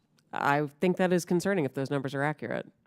It's I mean, it wasn't 44-43, it wasn't 60-27, it wasn't 70-17, it wasn't even 80-7. It was 87 Democrats, 0 Republicans, and you say NPR is not biased. How about the big stories over the last few years? According to Mr. Berliner, again, he wrote on the Trump-Russia story, he wrote, at NPR, we hitched our wagon to Trump's most visible antagonist, Representative Adam Schiff. They said they interviewed him 25 times. Is that accurate? I was not there at the time, but those numbers sound accurate. Yes. Those sound accurate. But then he said when the Mueller report came out and Robert Mueller said he found no evidence of collusion, he said Russiagate faded from our programming. Is that accurate? Again, I was not there at the time. I couldn't say. You couldn't say? I was not at NPR at the You time. didn't prepare for that? You knew we were going to ask you about this guy, didn't you? It's come up like 6,000 times already in the hearing. You I didn't just prepare for- couldn't say whether it faded from our coverage, sir. How about this story? October 2020, the New York Post had the Hunter Biden laptop story, and one of those editors, I guess one of those 87 Democrat editors, said this: we don't want to waste our time on stories that are not really stories. We don't want to waste the listeners' and readers' times on stories that are just pure distractions. Was that a pure distraction story? Our current editorial leadership believes that that was a mistake, as do I. Yeah, the whole country knows that was a mistake. Definitely impacted the election, or I think it certainly impacted the election. How about the COVID origin story? That's a pretty big story too, right? Mr. Berliner said, we became fervent members of the team natural origin, even declaring that the lab leak was debunked by scientists. Turns out, though, the lab leak is what most people think actually caused the COVID virus. Sorry, is there a question there? There is. You guys were 0 for 3 on the three of the biggest stories in the last 5 years. You guys were 0 for 3, and yet you maintain that NPR is not biased? Congressman, I do not believe we are politically biased. No, we are a nonpartisan organization. Nonpartisan organization. What's happening to your listeners over the last 5 years? Went up, down, or stayed the same? It has gone up and down and is now going back up. Well, I thought 5 years ago it was at 60 million. And you said in your opening statement, I think 43 million. That's correct. So 43 million now, and it was at 60 million 5 years ago. I can do some math. That looks like it went down. And is now going back up. It's I'm now delighted going to back report. up? Yes, What- it is. How much has it went back up? It's From gone what? up a couple of millions over the past Oh, years. so you went from 60 million to 41 million. Now you're back up to 43 million. In a year's time, I'm very proud of that growth, sir. Okay, you're proud of that growth. Okay. But over 5 years, it's went down 18 million. That is correct, sir. Okay. Should taxpayers subsidize NPR? I believe that taxpayers subsidize local stations, sir. That is the vast majority of where I thought federal you said funding you got goes. 11 million from Corporation of Public Broadcasting, which is taxpayer funded directly to you, right? That is to support the public And then radio local satellite stations get it system. from the Corporation for Public Broadcasting, right? They get taxpayer 100 money. million that goes to the local 100 million goes stations, to yes. local stations, and then those local stations buy back programming and content from you. So that money goes to the local stations, comes back to you, gets routed through the local stations, all taxpayer money. Those fees are actually based on private donations rather than on federal funding. Well, we all know money's fungible, so some of it gets put in there. Certainly, we could agree that money is fungible.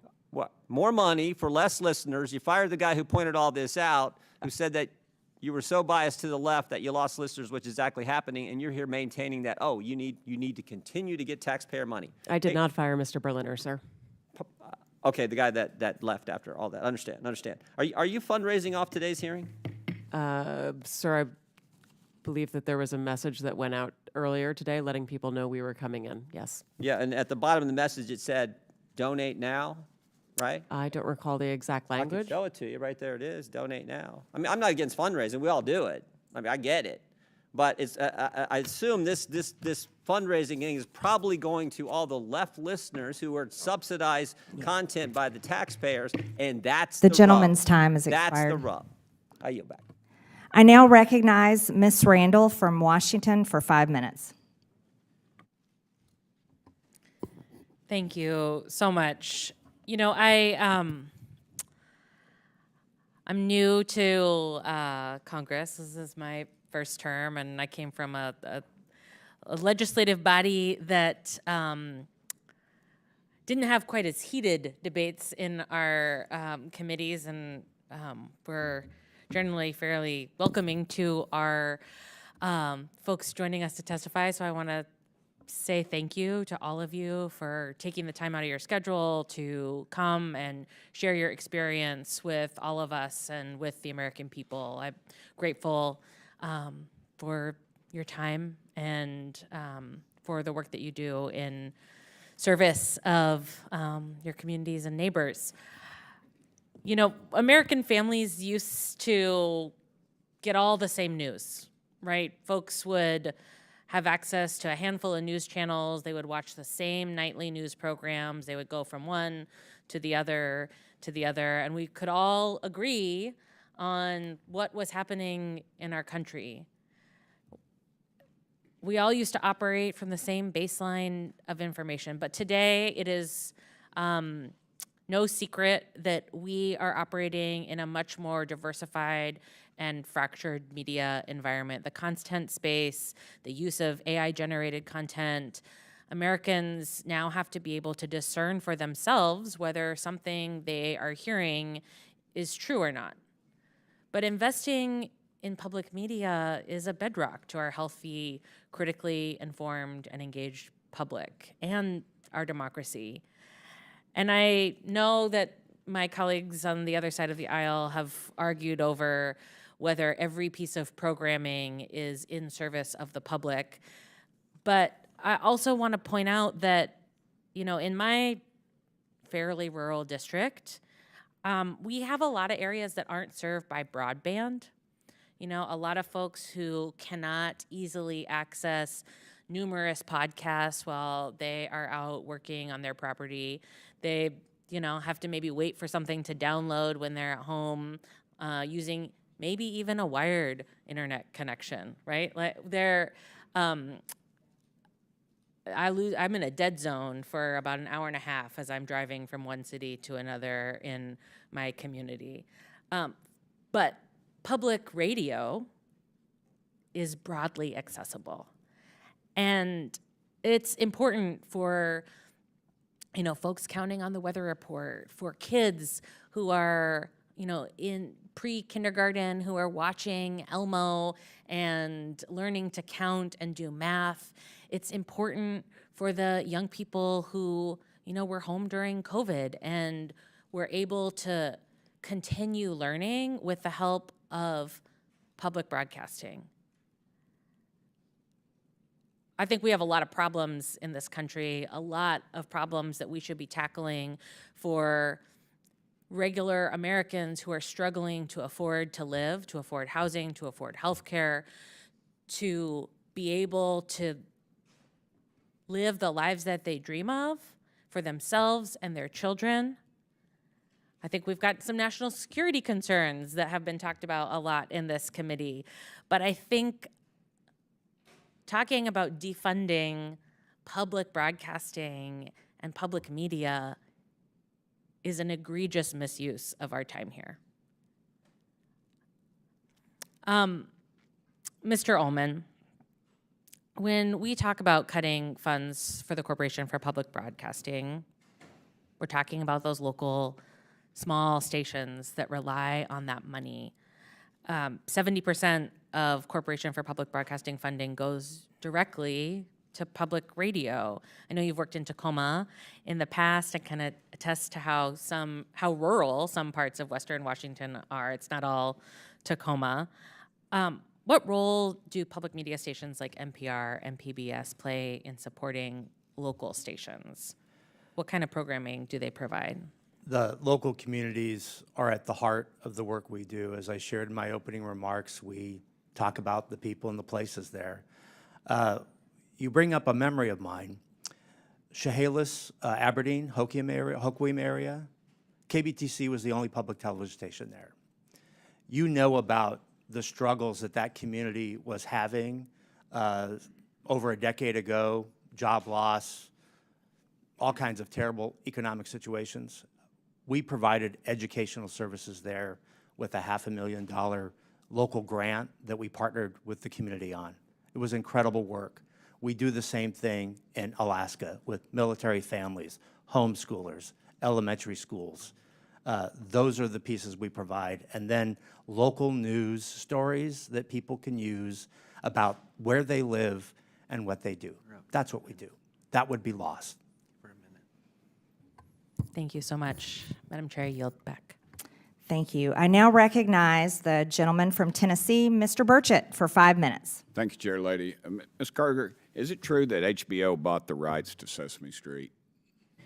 No, it did not. It developed, Sesame Street entered an arrangement with HBO for a number of years. And it was a paid arrangement, correct? Yes, which allowed us to get the series for free during the period of that time. How much money was transacted during that? I don't know. Sesame Street is a private organization. It is separate from ours. Okay. Ms. Meyer, what about Lee Greenwood's God Bless the USA as propaganda? I'm sorry, sir. Could you repeat the question? What about Lee Greenwood's "God Bless the USA" is propaganda? I don't believe that is propaganda, sir. Okay, well, in January, North County Public Radio, and that's a subsidiary of NPR, had Daphne Brooks, who apparently is a black feminism scholar, on its show where it was hosted by the host Brittany Lewis, and it says, have you ever watched something on TV and thought, okay, now this is propaganda? Have you ever had that moment? To which Daphne Brooks replied, whenever I see Lee Greenwood singing Proud to be an American. I believe that represents the individual we interviewed on air, not the position. And of yet you NPR. say there's no bias on NPR. That is not a And position that of is not a NPR. biased statement, ma'am. That is not even, both parties wrap themselves around this song every time there's a national conflict. Lee Greenwood sings it, and he does a beautiful job, but you say there is no bias in NPR. That is that individual's opinion, and she, of course, is entitled to it, but that is not the position of NPR. Ma'am, you said in your opening statement that you were going to be transformative, and I believe you failed to do that. Let me ask you, why did you call President Trump a fascist and a deranged racist sociopath in 2020? Congressman, I appreciate the opportunity to address this. I regret those tweets. I would not tweet them again today. They represented a time where I was reflecting on something that I believe that the president had said rather than who he is. I don't presume that anyone is a racist. You don't believe anyone is a racist? I don't start by presuming anyone is a racist, sir. Okay. Has NPR or PBS ever conducted an internal review to assess whether conservative or right-leaning perspectives are fairly representative news and programming?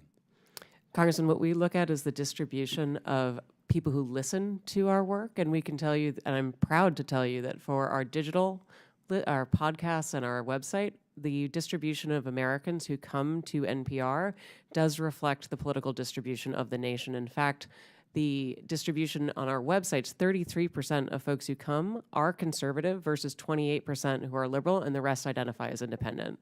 So the do you largest believe that- group is conservatives who come to NPR's websites. So you believe that most Americans think President Trump is a fascist and a deranged racist sociopath? I don't believe that at all, sir. Okay. Ma'am? We obviously are constantly looking at the voices that we bring forward. We take to heart our commitment to bringing forward perspectives from across the country. Our programming comes from our local stations. And I mentioned in my opening comment the series that we did out of Arkansas, Southern Storytellers. That's just one little example. 10% of our schedule is news.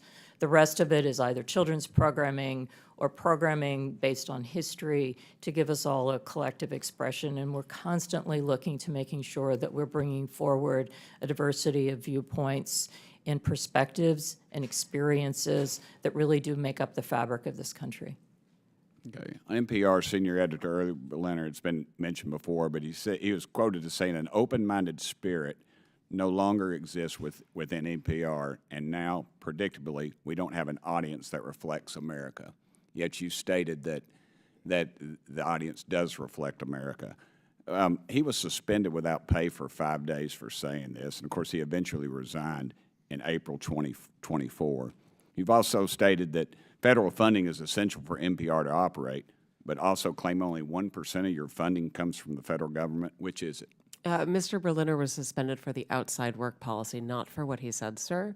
In terms of federal funding, the federal funds go to support our operation of the public radio satellite system, which enables all of our local stations to be able to communicate information and broadcast, including... As stated earlier, ma'am, funding is very fungible. It flows wherever it needs to. I don't buy that argument. We do have I a wonder separate if any of balance the sheet for members that, of the sir. committee would comment real quickly. Would you agree that Real America's Voice, Newsmax, Fox, or News Nation, if they were to see federal funds, would you all support that? Yes or no? Mr. Ullman? Yes or no? I'd have to get back to you on that. Ma'am? I actually don't have an opinion about that. Ma'am? I don't have an opinion about that, sir. That would be Congress's decision. Thank you, Chair Lady. Thank you. I now yield to The gentleman from California, Mr. Khanna, for 5 minutes. Thank you, Madam Chair, and thank you for allowing me to wave on to the committee. Mr. Gonzalez, I read with interest your testimony. It was so angry, so I thought I'd try to lighten things up a little bit. Who are 3 of your favorite characters on Daniel Tiger, or what episodes are your favorites? Representative Khanna, thank you very much for the opportunity to lighten up. I think I've taken a time machine here. Sesame Street went to HBO. Daniel Tiger, do you have some favorite characters? Oh, the owl, any of them? No, none. What does Ugga Mugga mean to you? Nothing. You've never heard the expression Ugga Mugga? Yeah, I don't think so, no. It's affection. Have you ever watched a Daniel Tiger show, or know any families who watch a Daniel Tiger show?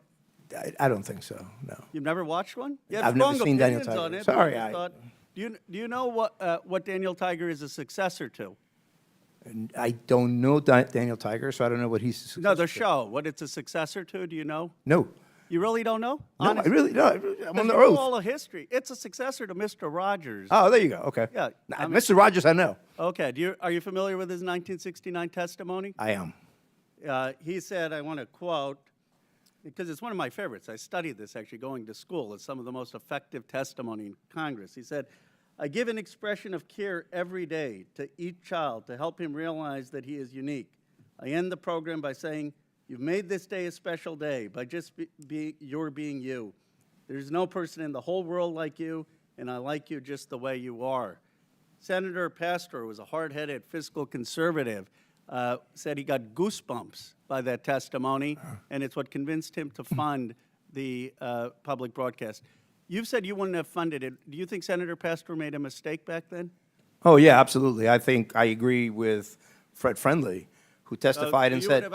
You would have voted against? I would have voted, yes. I don't think that you should have state broadcasters. Now, what is the cost of public broadcasting as a percent of the federal budget?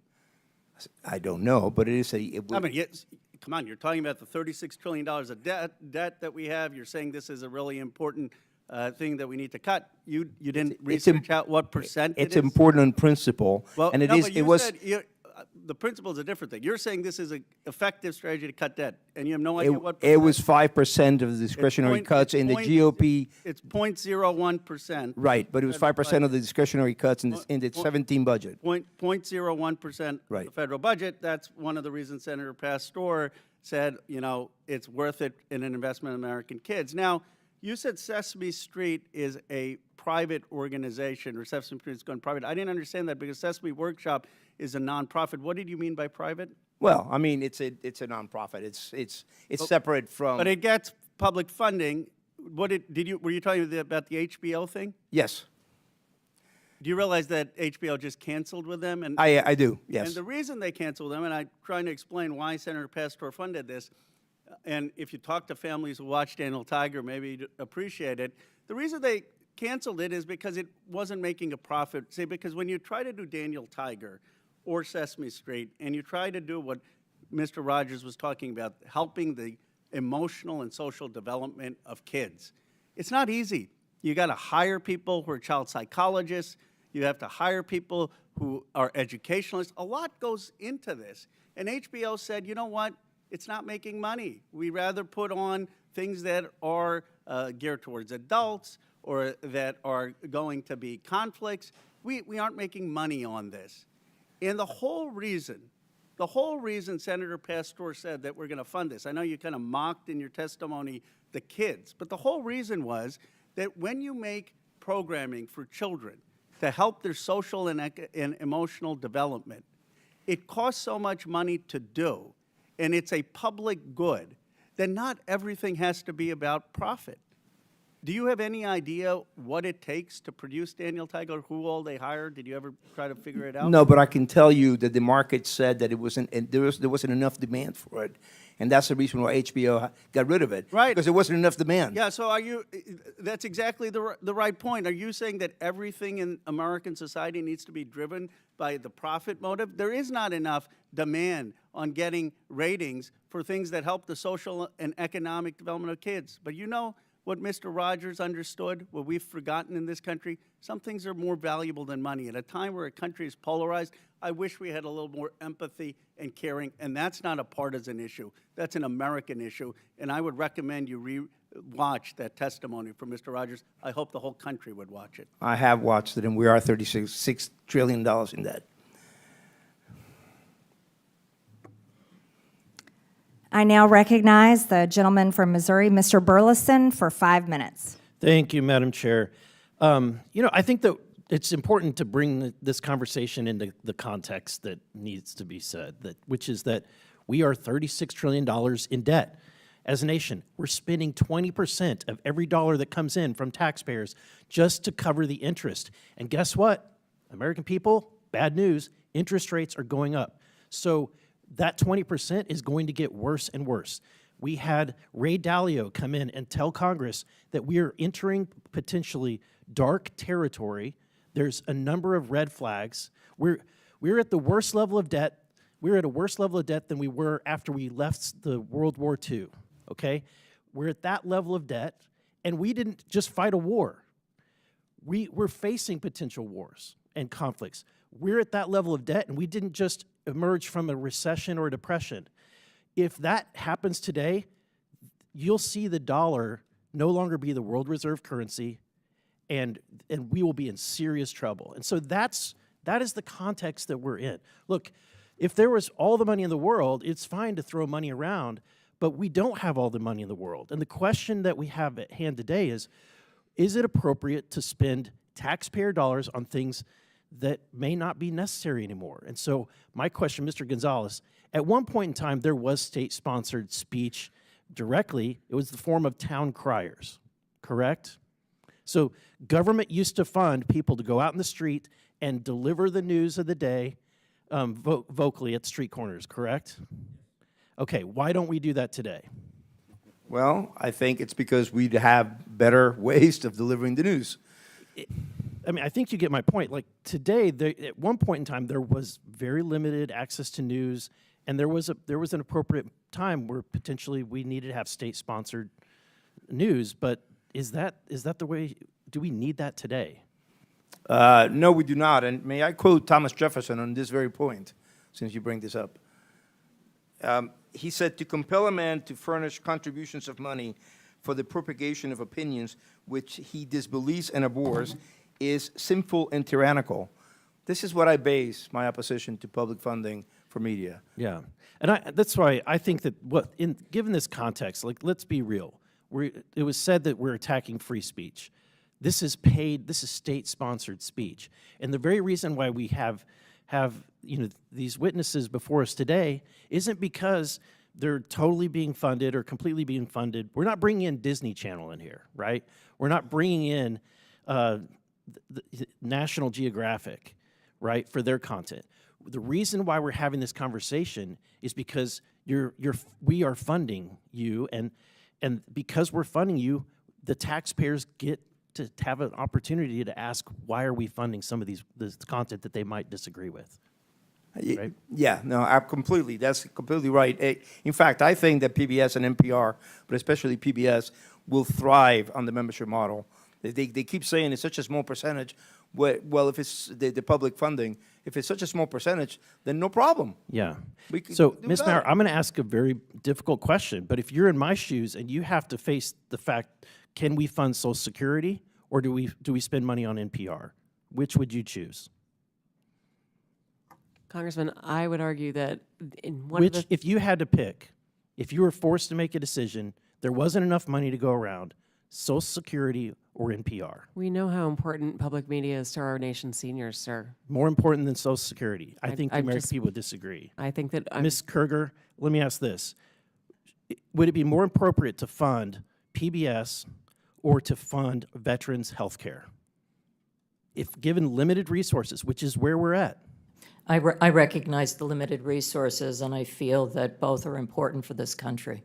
And I think what the American people want to know is when they're sending money, their taxpayer dollars, and they're funding things like Independent Lens. And look, I like some of the content on your stations. I love Nova.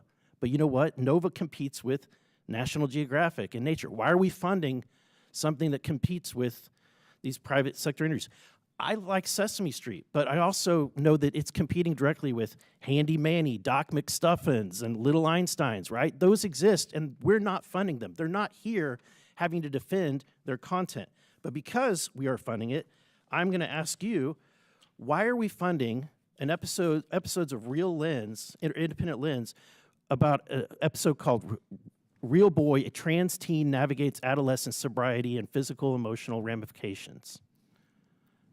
That's what the American people want to know. Social Security. We're out of time, but our witnesses can answer the questions. Thank you, Madam Chair. That was a documentary that was produced for adults as part of our primetime audience. And it was part of a point of view that we share to try to help people understand the wide breadth of experiences of people across the country. Thank you, Madam Chair. I now recognize the gentlewoman from the District of Columbia, Ms. Norton, for 5 minutes. Thank you, Madam Chair. I would like to thank the witnesses for being here today. I am a strong supporter of public broadcasting, and I am a regular listener and watcher of the public broadcasting stations here in D.C. Public broadcasting is a public good. WETA's, DC's local PBS station is proudly home to the world's longest running high school quiz show. For over 60 years, the show, It's Academic, has showcased some of the best and brightest high school students in the capital region. President Reagan once praised It's Academic as, quote, a reminder of the importance of education, end quote. And even Supreme Court Justice Clarence Thomas made a guest appearance. One area student who competed on the show said, quote, it's made me a lot smarter, end quote. And, quote, getting to say that I've been on a TV show is really cool, end quote. It's Academic is just one example of local public media programming that celebrates and lifts up the community. Mr. Ullman, in your experience as head of the Alaska Public Media, why is it important for public media to elevate local voices? Thank you so much for that question. There are stories to be told all over this great nation of ours. And one of the things that I take the utmost pride in is being someone who can provide the strategy and build the resources and build the capacity to ensure that we can capture video about those uniquely Alaskan stories. We can capture audio about those uniquely Alaskan stories. And what we do is we take that opportunity to not only tell those stories for ourselves within our great state, but we also work with our national partners. This local national partnership is essential. Without PBS, without NPR, you wouldn't hear stories, news stories, public affairs stories, community stories from Alaska. You wouldn't see them on the PBS NewsHour. This is vital.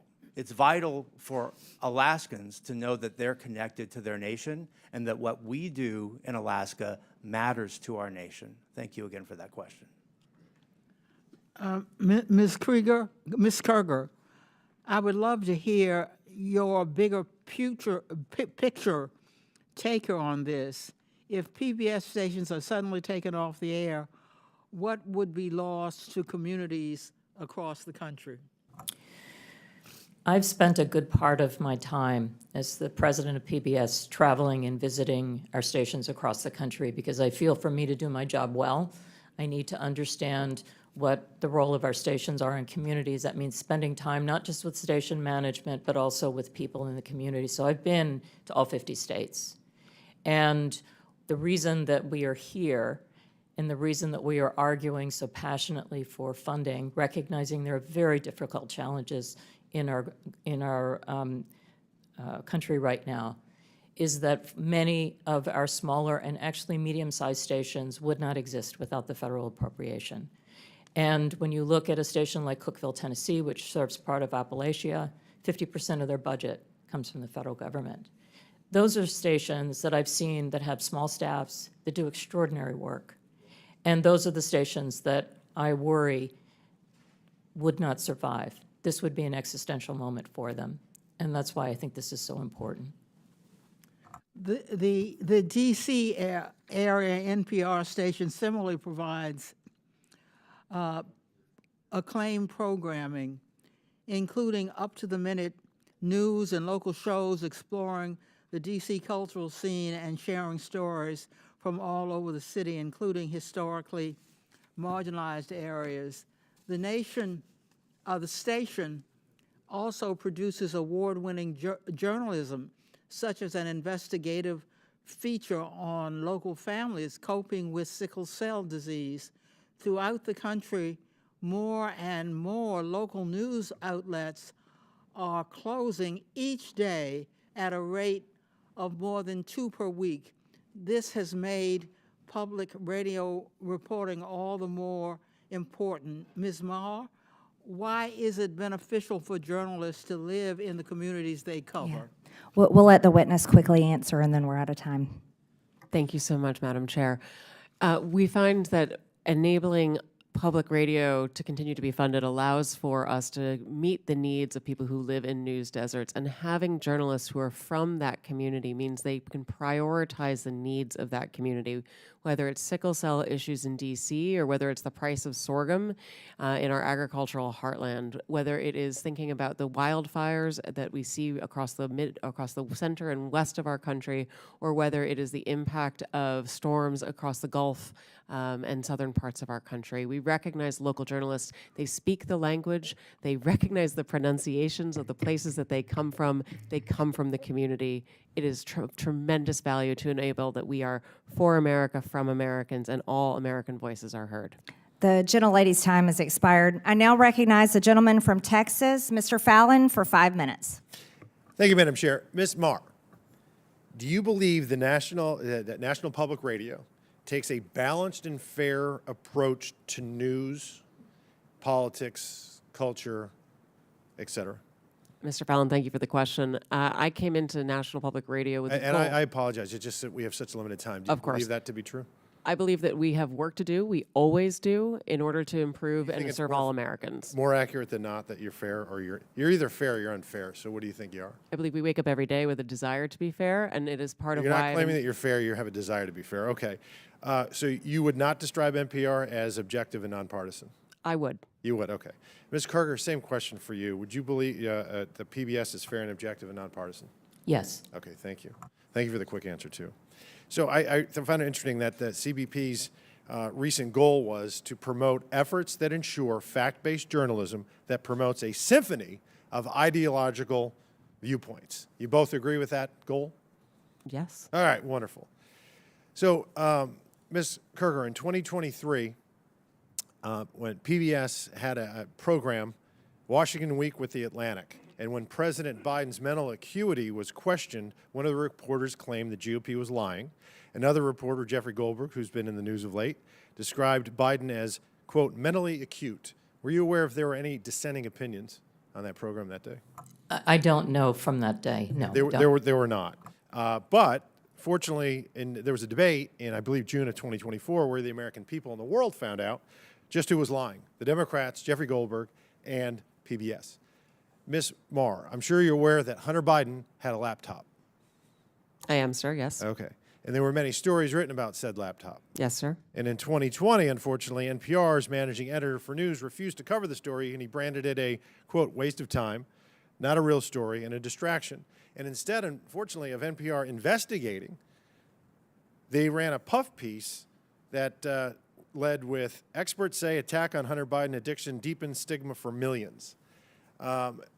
It's unfortunate that NPR ignored the Hunter Biden laptop story, but y'all did talk quite a bit about the debunked Russia collusion. Do you know how many times NPR interviewed Adam Schiff about Congressman, collusion? I would love to say that we actually believe we made a mistake on the Hunter Biden laptop story. And I appreciate that. Thank you. How many times did y'all interview Adam Schiff about the Russia collusion? I'm sorry, I don't have that number. It was 25 times.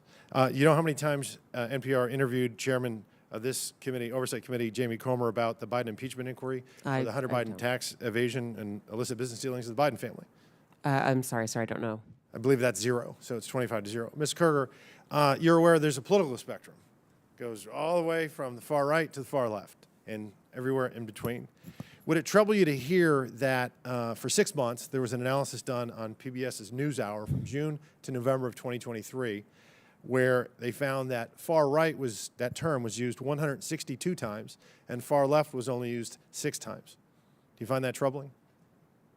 I don't know the study that you're referring to, and I'd be very interested in seeing it and understanding how they came up with those numbers. Media Research Center did a 6-month analysis, and it's not how do you find it. You either say far right or it's terms. Yeah. They use the term far right 162 times, far left 6 times. That's a 96 to 4% skew. You're also aware that you covered the GOP and Democratic National Conventions in 2024? Yes, we did. Okay.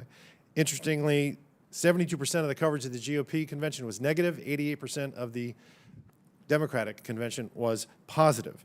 Shouldn't be surprising when you have anchors like Amna Noat, who described the Republican rhetoric as, quote, outright racism and, quote, echoing white supremacy. Ms. Mayor, NPR, you believe your reporters are fair? You said they're fair and they're working at it. I believe that they work And to be every day, sir. They're non-biased. And yet, you have the voter registration issue. I mean, we're all human beings. We're all going to see through the world through a certain lens. And are you aware of any Republicans, any registered Republicans in your newsroom? I couldn't say registered, but I know we have conservatives in our newsroom, yes. Okay, so the recent registration, when it was looked at, 87 Democrats and 0 Republicans registered. I found that very concerning, Yeah, sir. I would. Not even 40 to 30 or 50 to 20, 87 to 0. But it shouldn't be surprising when their own CEO says things like, I'm so done with late-stage capitalism, or calls the President of the United States a deranged racist sociopath, or that America's addicted to white supremacy. So billions have gone into both of your coffers over the last several decades. And I understand why Democrats on this committee are going to viciously and vehemently defend you all, because you become a propaganda wing of the Democratic Party.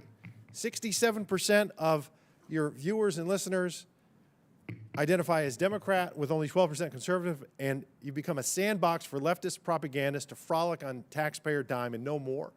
And when you said in the beginning you're going to promote a symphony of ideological viewpoints, yeah, you do. If you're left-leaning, far left, The gentleman's or time has remarkably expired. Marxist, I yield back. Thank you, Mr. Fallon. I now recognize a gentleman from Texas, Mr. Gill. Thank you, Chairwoman Green, and I apologize, I'm getting over a cold, so I'm losing my voice here. Ms. Marr, I want to start with you. Just generally, would you say you generally agree or disagree with the following statement? The history of all hitherto existing society is the history of class struggles? I would not say I agree with that, sir. You're not. That's good to hear. It's interesting because a lot of your thinking, as expressed by your public statements, is deeply infused with economic and cultural Marxism. Do you believe that America is addicted to white supremacy? I believe that I tweeted that, and as I've said earlier, I believe much of my thinking has evolved over the last half-decade. It has evolved. Why did you tweet that? I don't recall the exact context, sir, so I wouldn't be able to say. Okay. Do you believe that America believes in black plunder and white democracy? I don't believe that, sir. You Don't know where tweeted statement that in comes from. reference to a book you were reading at the time, apparently, The Case for Reparations. I don't think I've ever read that book, sir. You tweeted about it.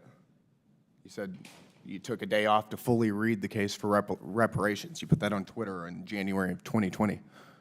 Apologies, I don't recall that I did. Okay. I'd no doubt that your tweet there is correct, but I don't recall that. Okay.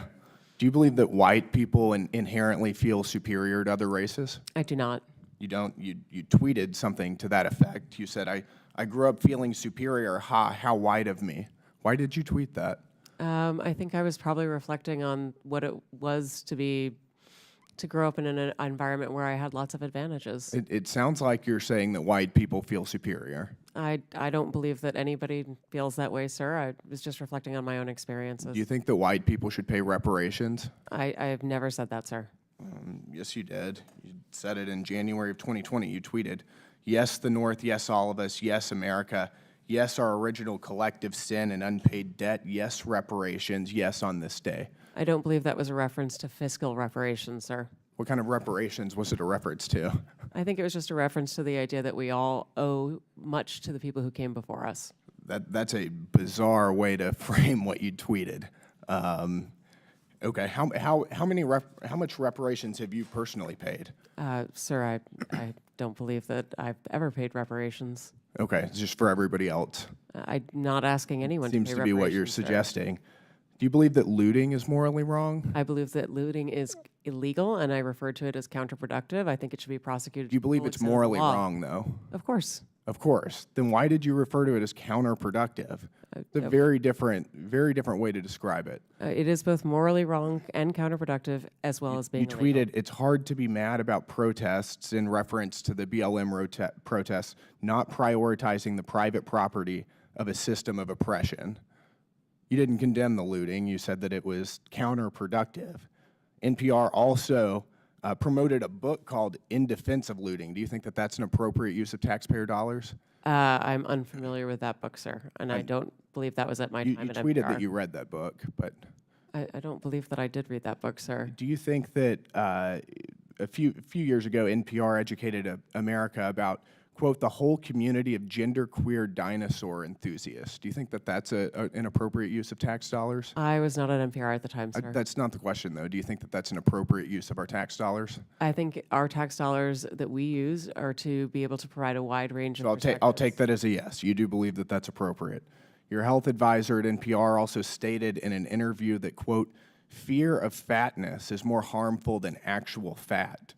Would you like to explain how fear of fatness is more harmful than actual fat? That's an editorial at NPR. I am not familiar with the editorial, and I don't believe that was published during my time here. It's called Diet Culture is Everywhere. Here's how to fight it. Do you think that that's an appropriate use of taxpayer dollars? I think any reporting on health is an appropriate use of taxpayer dollars, yes. And you think that editorializing that fat is not unhealthy is appropriate? I don't know what that article is, sir, and I'm not familiar with it, so I couldn't say. Fake news. Do you think that basic accommodations like doorways or seat belts represent, quote, latent fat phobia? I don't have an opinion. It's also from NPR. Do you think civility is racist? No, sir. No. Well, your outlet ran an article entitled, quote, when civility is used as a cudgel against people of color. That was on All Things Considered. Would you like to explain? I'm not on the editorial side, sir. I'm not familiar with that story. You talk about how NPR is news. This is editorialization, and I'll read it. For many people of color in the United States, civility isn't so much social lubricant as it is a vehicle for containing them, preventing social mobility, and preserving the status quo. This is garbage. I'll spend all of my time doing everything I can to ensure you guys never get another dollar of taxpayer funding. This is complete garbage. Thank you, Madam Chair. Thank you, Mr. Gill. I now recognize the gentleman from Georgia, Mr. Jack, for 5 minutes. Well, thank you very much, Madam Chair. I'd like to just start and build off of something Mr. Fallon noted. And Ms. Mayor, I think you noted, and just to confirm within your statement to him, that NPR failed to accurately report the circumstances around and content within Hunter Biden's laptop story. Is that fair to categorize your statement? Our current editorial leadership believes that we made a mistake not reporting the story and more reporting it earlier, yes. And I recognize you weren't there at the time, but what institutes and control, what have you done to ensure that never happens again? A number of things, sir, and thank you for the opportunity to speak to them. We have hired an additional editor core, which we refer to as our editorial review, to make sure that all stories before they go out are comprehensive and well-reviewed. We've instituted a monthly review to ensure that the most challenging stories of every month, we go back and we look at what we may have missed in order to not miss issues again and change processes and policies to be able to have more robust conversation and to ensure all areas and all views are considered. We have hired analysts to be able to count the number of stories that we're running on any particular issue, including whose voices are represented.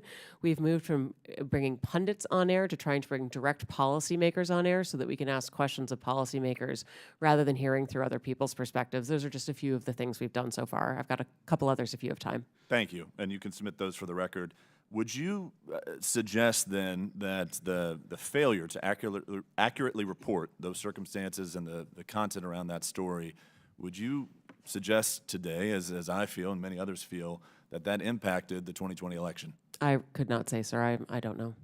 Well, I ask because you have a broad viewership, broad listenership, and I'm just curious if it is so broad and it is so necessary for us to continue to give taxpayer funds, as you all submit, to me, to misaccurately report something that's incredibly important around a 2020 election is very concerning. So welcome another thought from you there.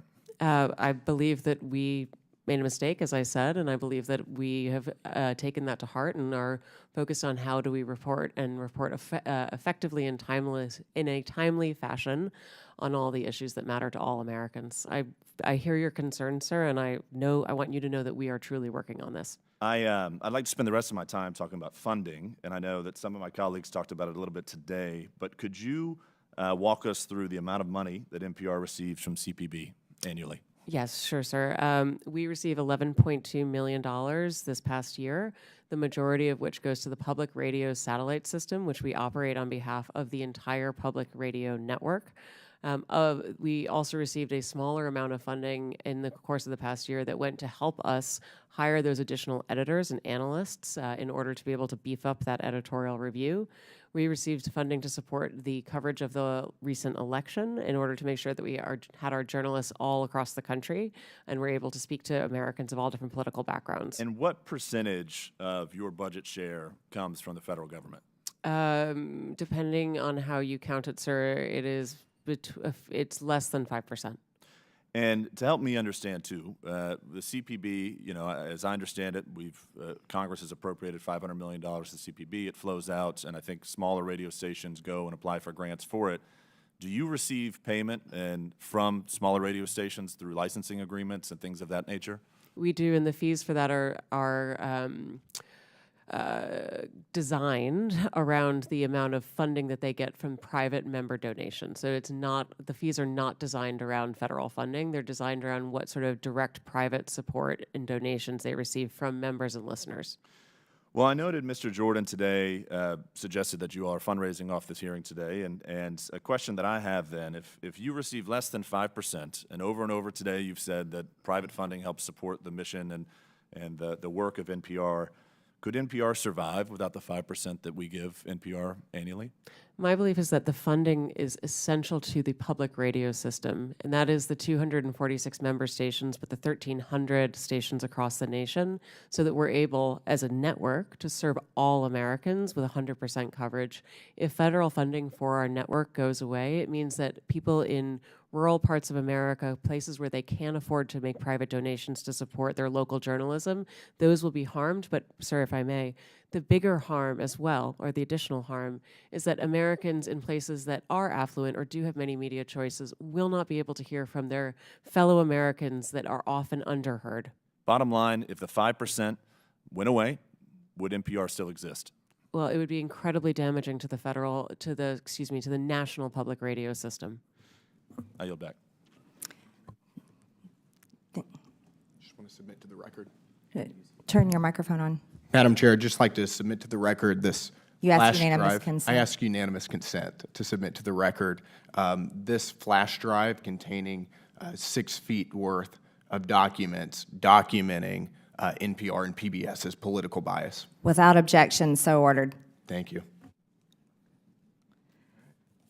In closing, I want to thank our witnesses once again for their testimony today. I now yield to the Ranking Member Lynch for his closing remarks. Thank you, Madam Chair. Thank you for having this hearing. I want to thank the witnesses for your willingness to testify. In closing, I want to follow up on Mr. Connor's point. I'd point out to my colleagues that there are some government functions that are not merely transactions. There are some undertakings that we, as a country, engage in which are not necessarily justified by cash on the barrel at the point of purchase. Everything is not a transaction. It's not like selling a car, although that's exactly what the President was doing on the lawn of the White House the other day. Sometimes a government program is a long-term investment. I think that applies to public broadcasting. Like when you use public television to teach kids their numbers and their alphabet, because in some households that might be the only source of instruction available. More often, it could be an exercise in trust, because a lot of our parents out there, 88% of parents said they trusted PBS Kids. Or when you have a documentary given by a historian like Ken Burns, and he does research and drills down on the letters and firsthand correspondence of Civil War veterans and families north and south, and gives us the hard facts of the Civil War.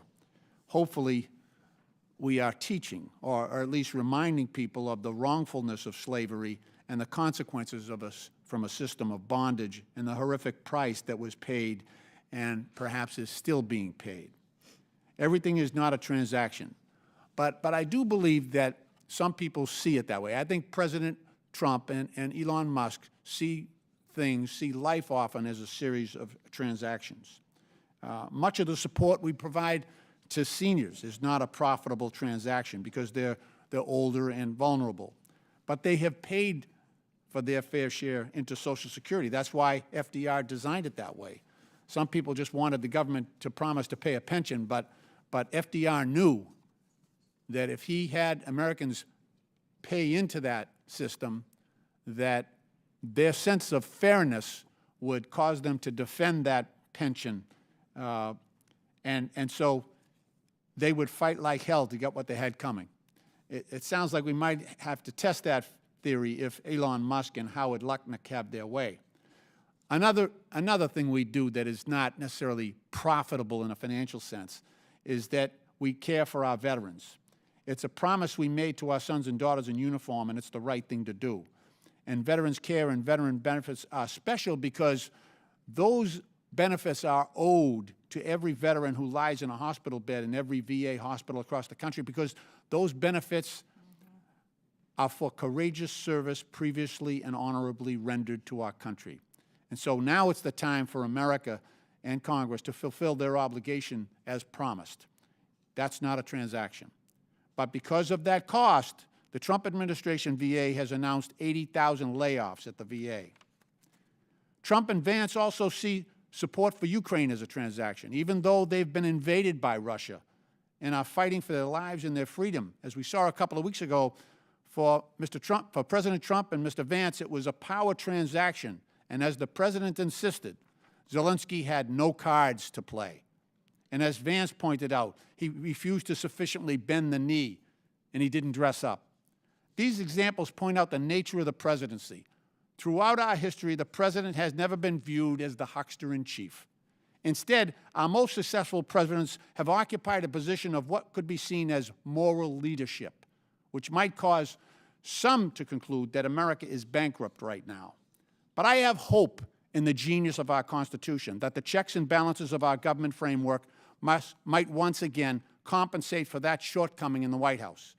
It could be that Congress might provide that balance, or it may be the judicial branch that steps into the breach, or it might require the ultimate source of power in our system, the people themselves, to demand that we fulfill our obligations to all those most vulnerable in our country: wounded veterans, seniors, children, and the poor, to whom so much is owed. Madam Chair, I appreciate the opportunity here to address this issue. I would have preferred that we were talking about the security breach that occurred recently, but perhaps that will be for another day. But I thank you for your courtesy, and I yield back. I now recognize myself for closing remarks. The United States is $36 trillion in debt. In fiscal year 2024, the government spent over $1.8 trillion more than it took in. And in fiscal year 2025, the interest on our debt is expected to exceed $1 trillion. As we continue investigating waste, fraud, and abuse, and we can look no further than the Corporation for Public Broadcasting. The LGBTQ indoctrination of our children, the systematic racism narrative, and the support for censorship being pushed by the heads of NPR and PBS are just several of the many abuses of taxpayer dollars. And if you are one of the select few who might support such content, you can personally support and fund it with your own money through private donations, because the reality is the United States of America is broke and can't afford it. And after all, PBS and NPR are already fundraising off of this committee hearing. The American people are closely following along today in this long-awaited hearing to hear the case for why Americans' hard-earned tax dollars should continue for public broadcasting. I think from what we have heard here today, the American people will not continue to allow such propaganda to be funded through the federal government with their hard-earned tax dollars. The Corporation for Public Broadcasting that we give over $500 million to no longer serves the public. It serves a narrow audience of wealthy, liberal elites who are out of touch with everyday Americans. Not only have the times changed and the American people who once needed these outlets can now access the news anywhere at any time, but the content that is being put out through these state-sponsored outlets is so radical, it is brainwashing the American people and, more significantly, American children with un-American, anti-family, pro-crime fake news. The American people do not support their taxpayer dollars going to NPR articles like, "How is sex determined? Scientists say it's complicated," which discusses how biological sex is not limited to male or female. Or another article about how stories on crime are rife with misinformation and racism. Or about how birds and trees are racist. Over a 7-month period, the Media Research Center discovered the PBS NewsHour gave over 90% of the airtime to the left on gender ideology stories, 90%. As mentioned earlier, PBS was the outlet that featured the child predator drag queen on the education show for kids ages 3 to 8 years old. And to clarify the record, because our witness, Ms. Kerger, lied under oath and said it wasn't featured on PBS, this show was aired on PBS on April 1st, 2021, and we will take a look at this video right now. We're using a TV today because our audio system is having problems. Let's go ahead and watch this video.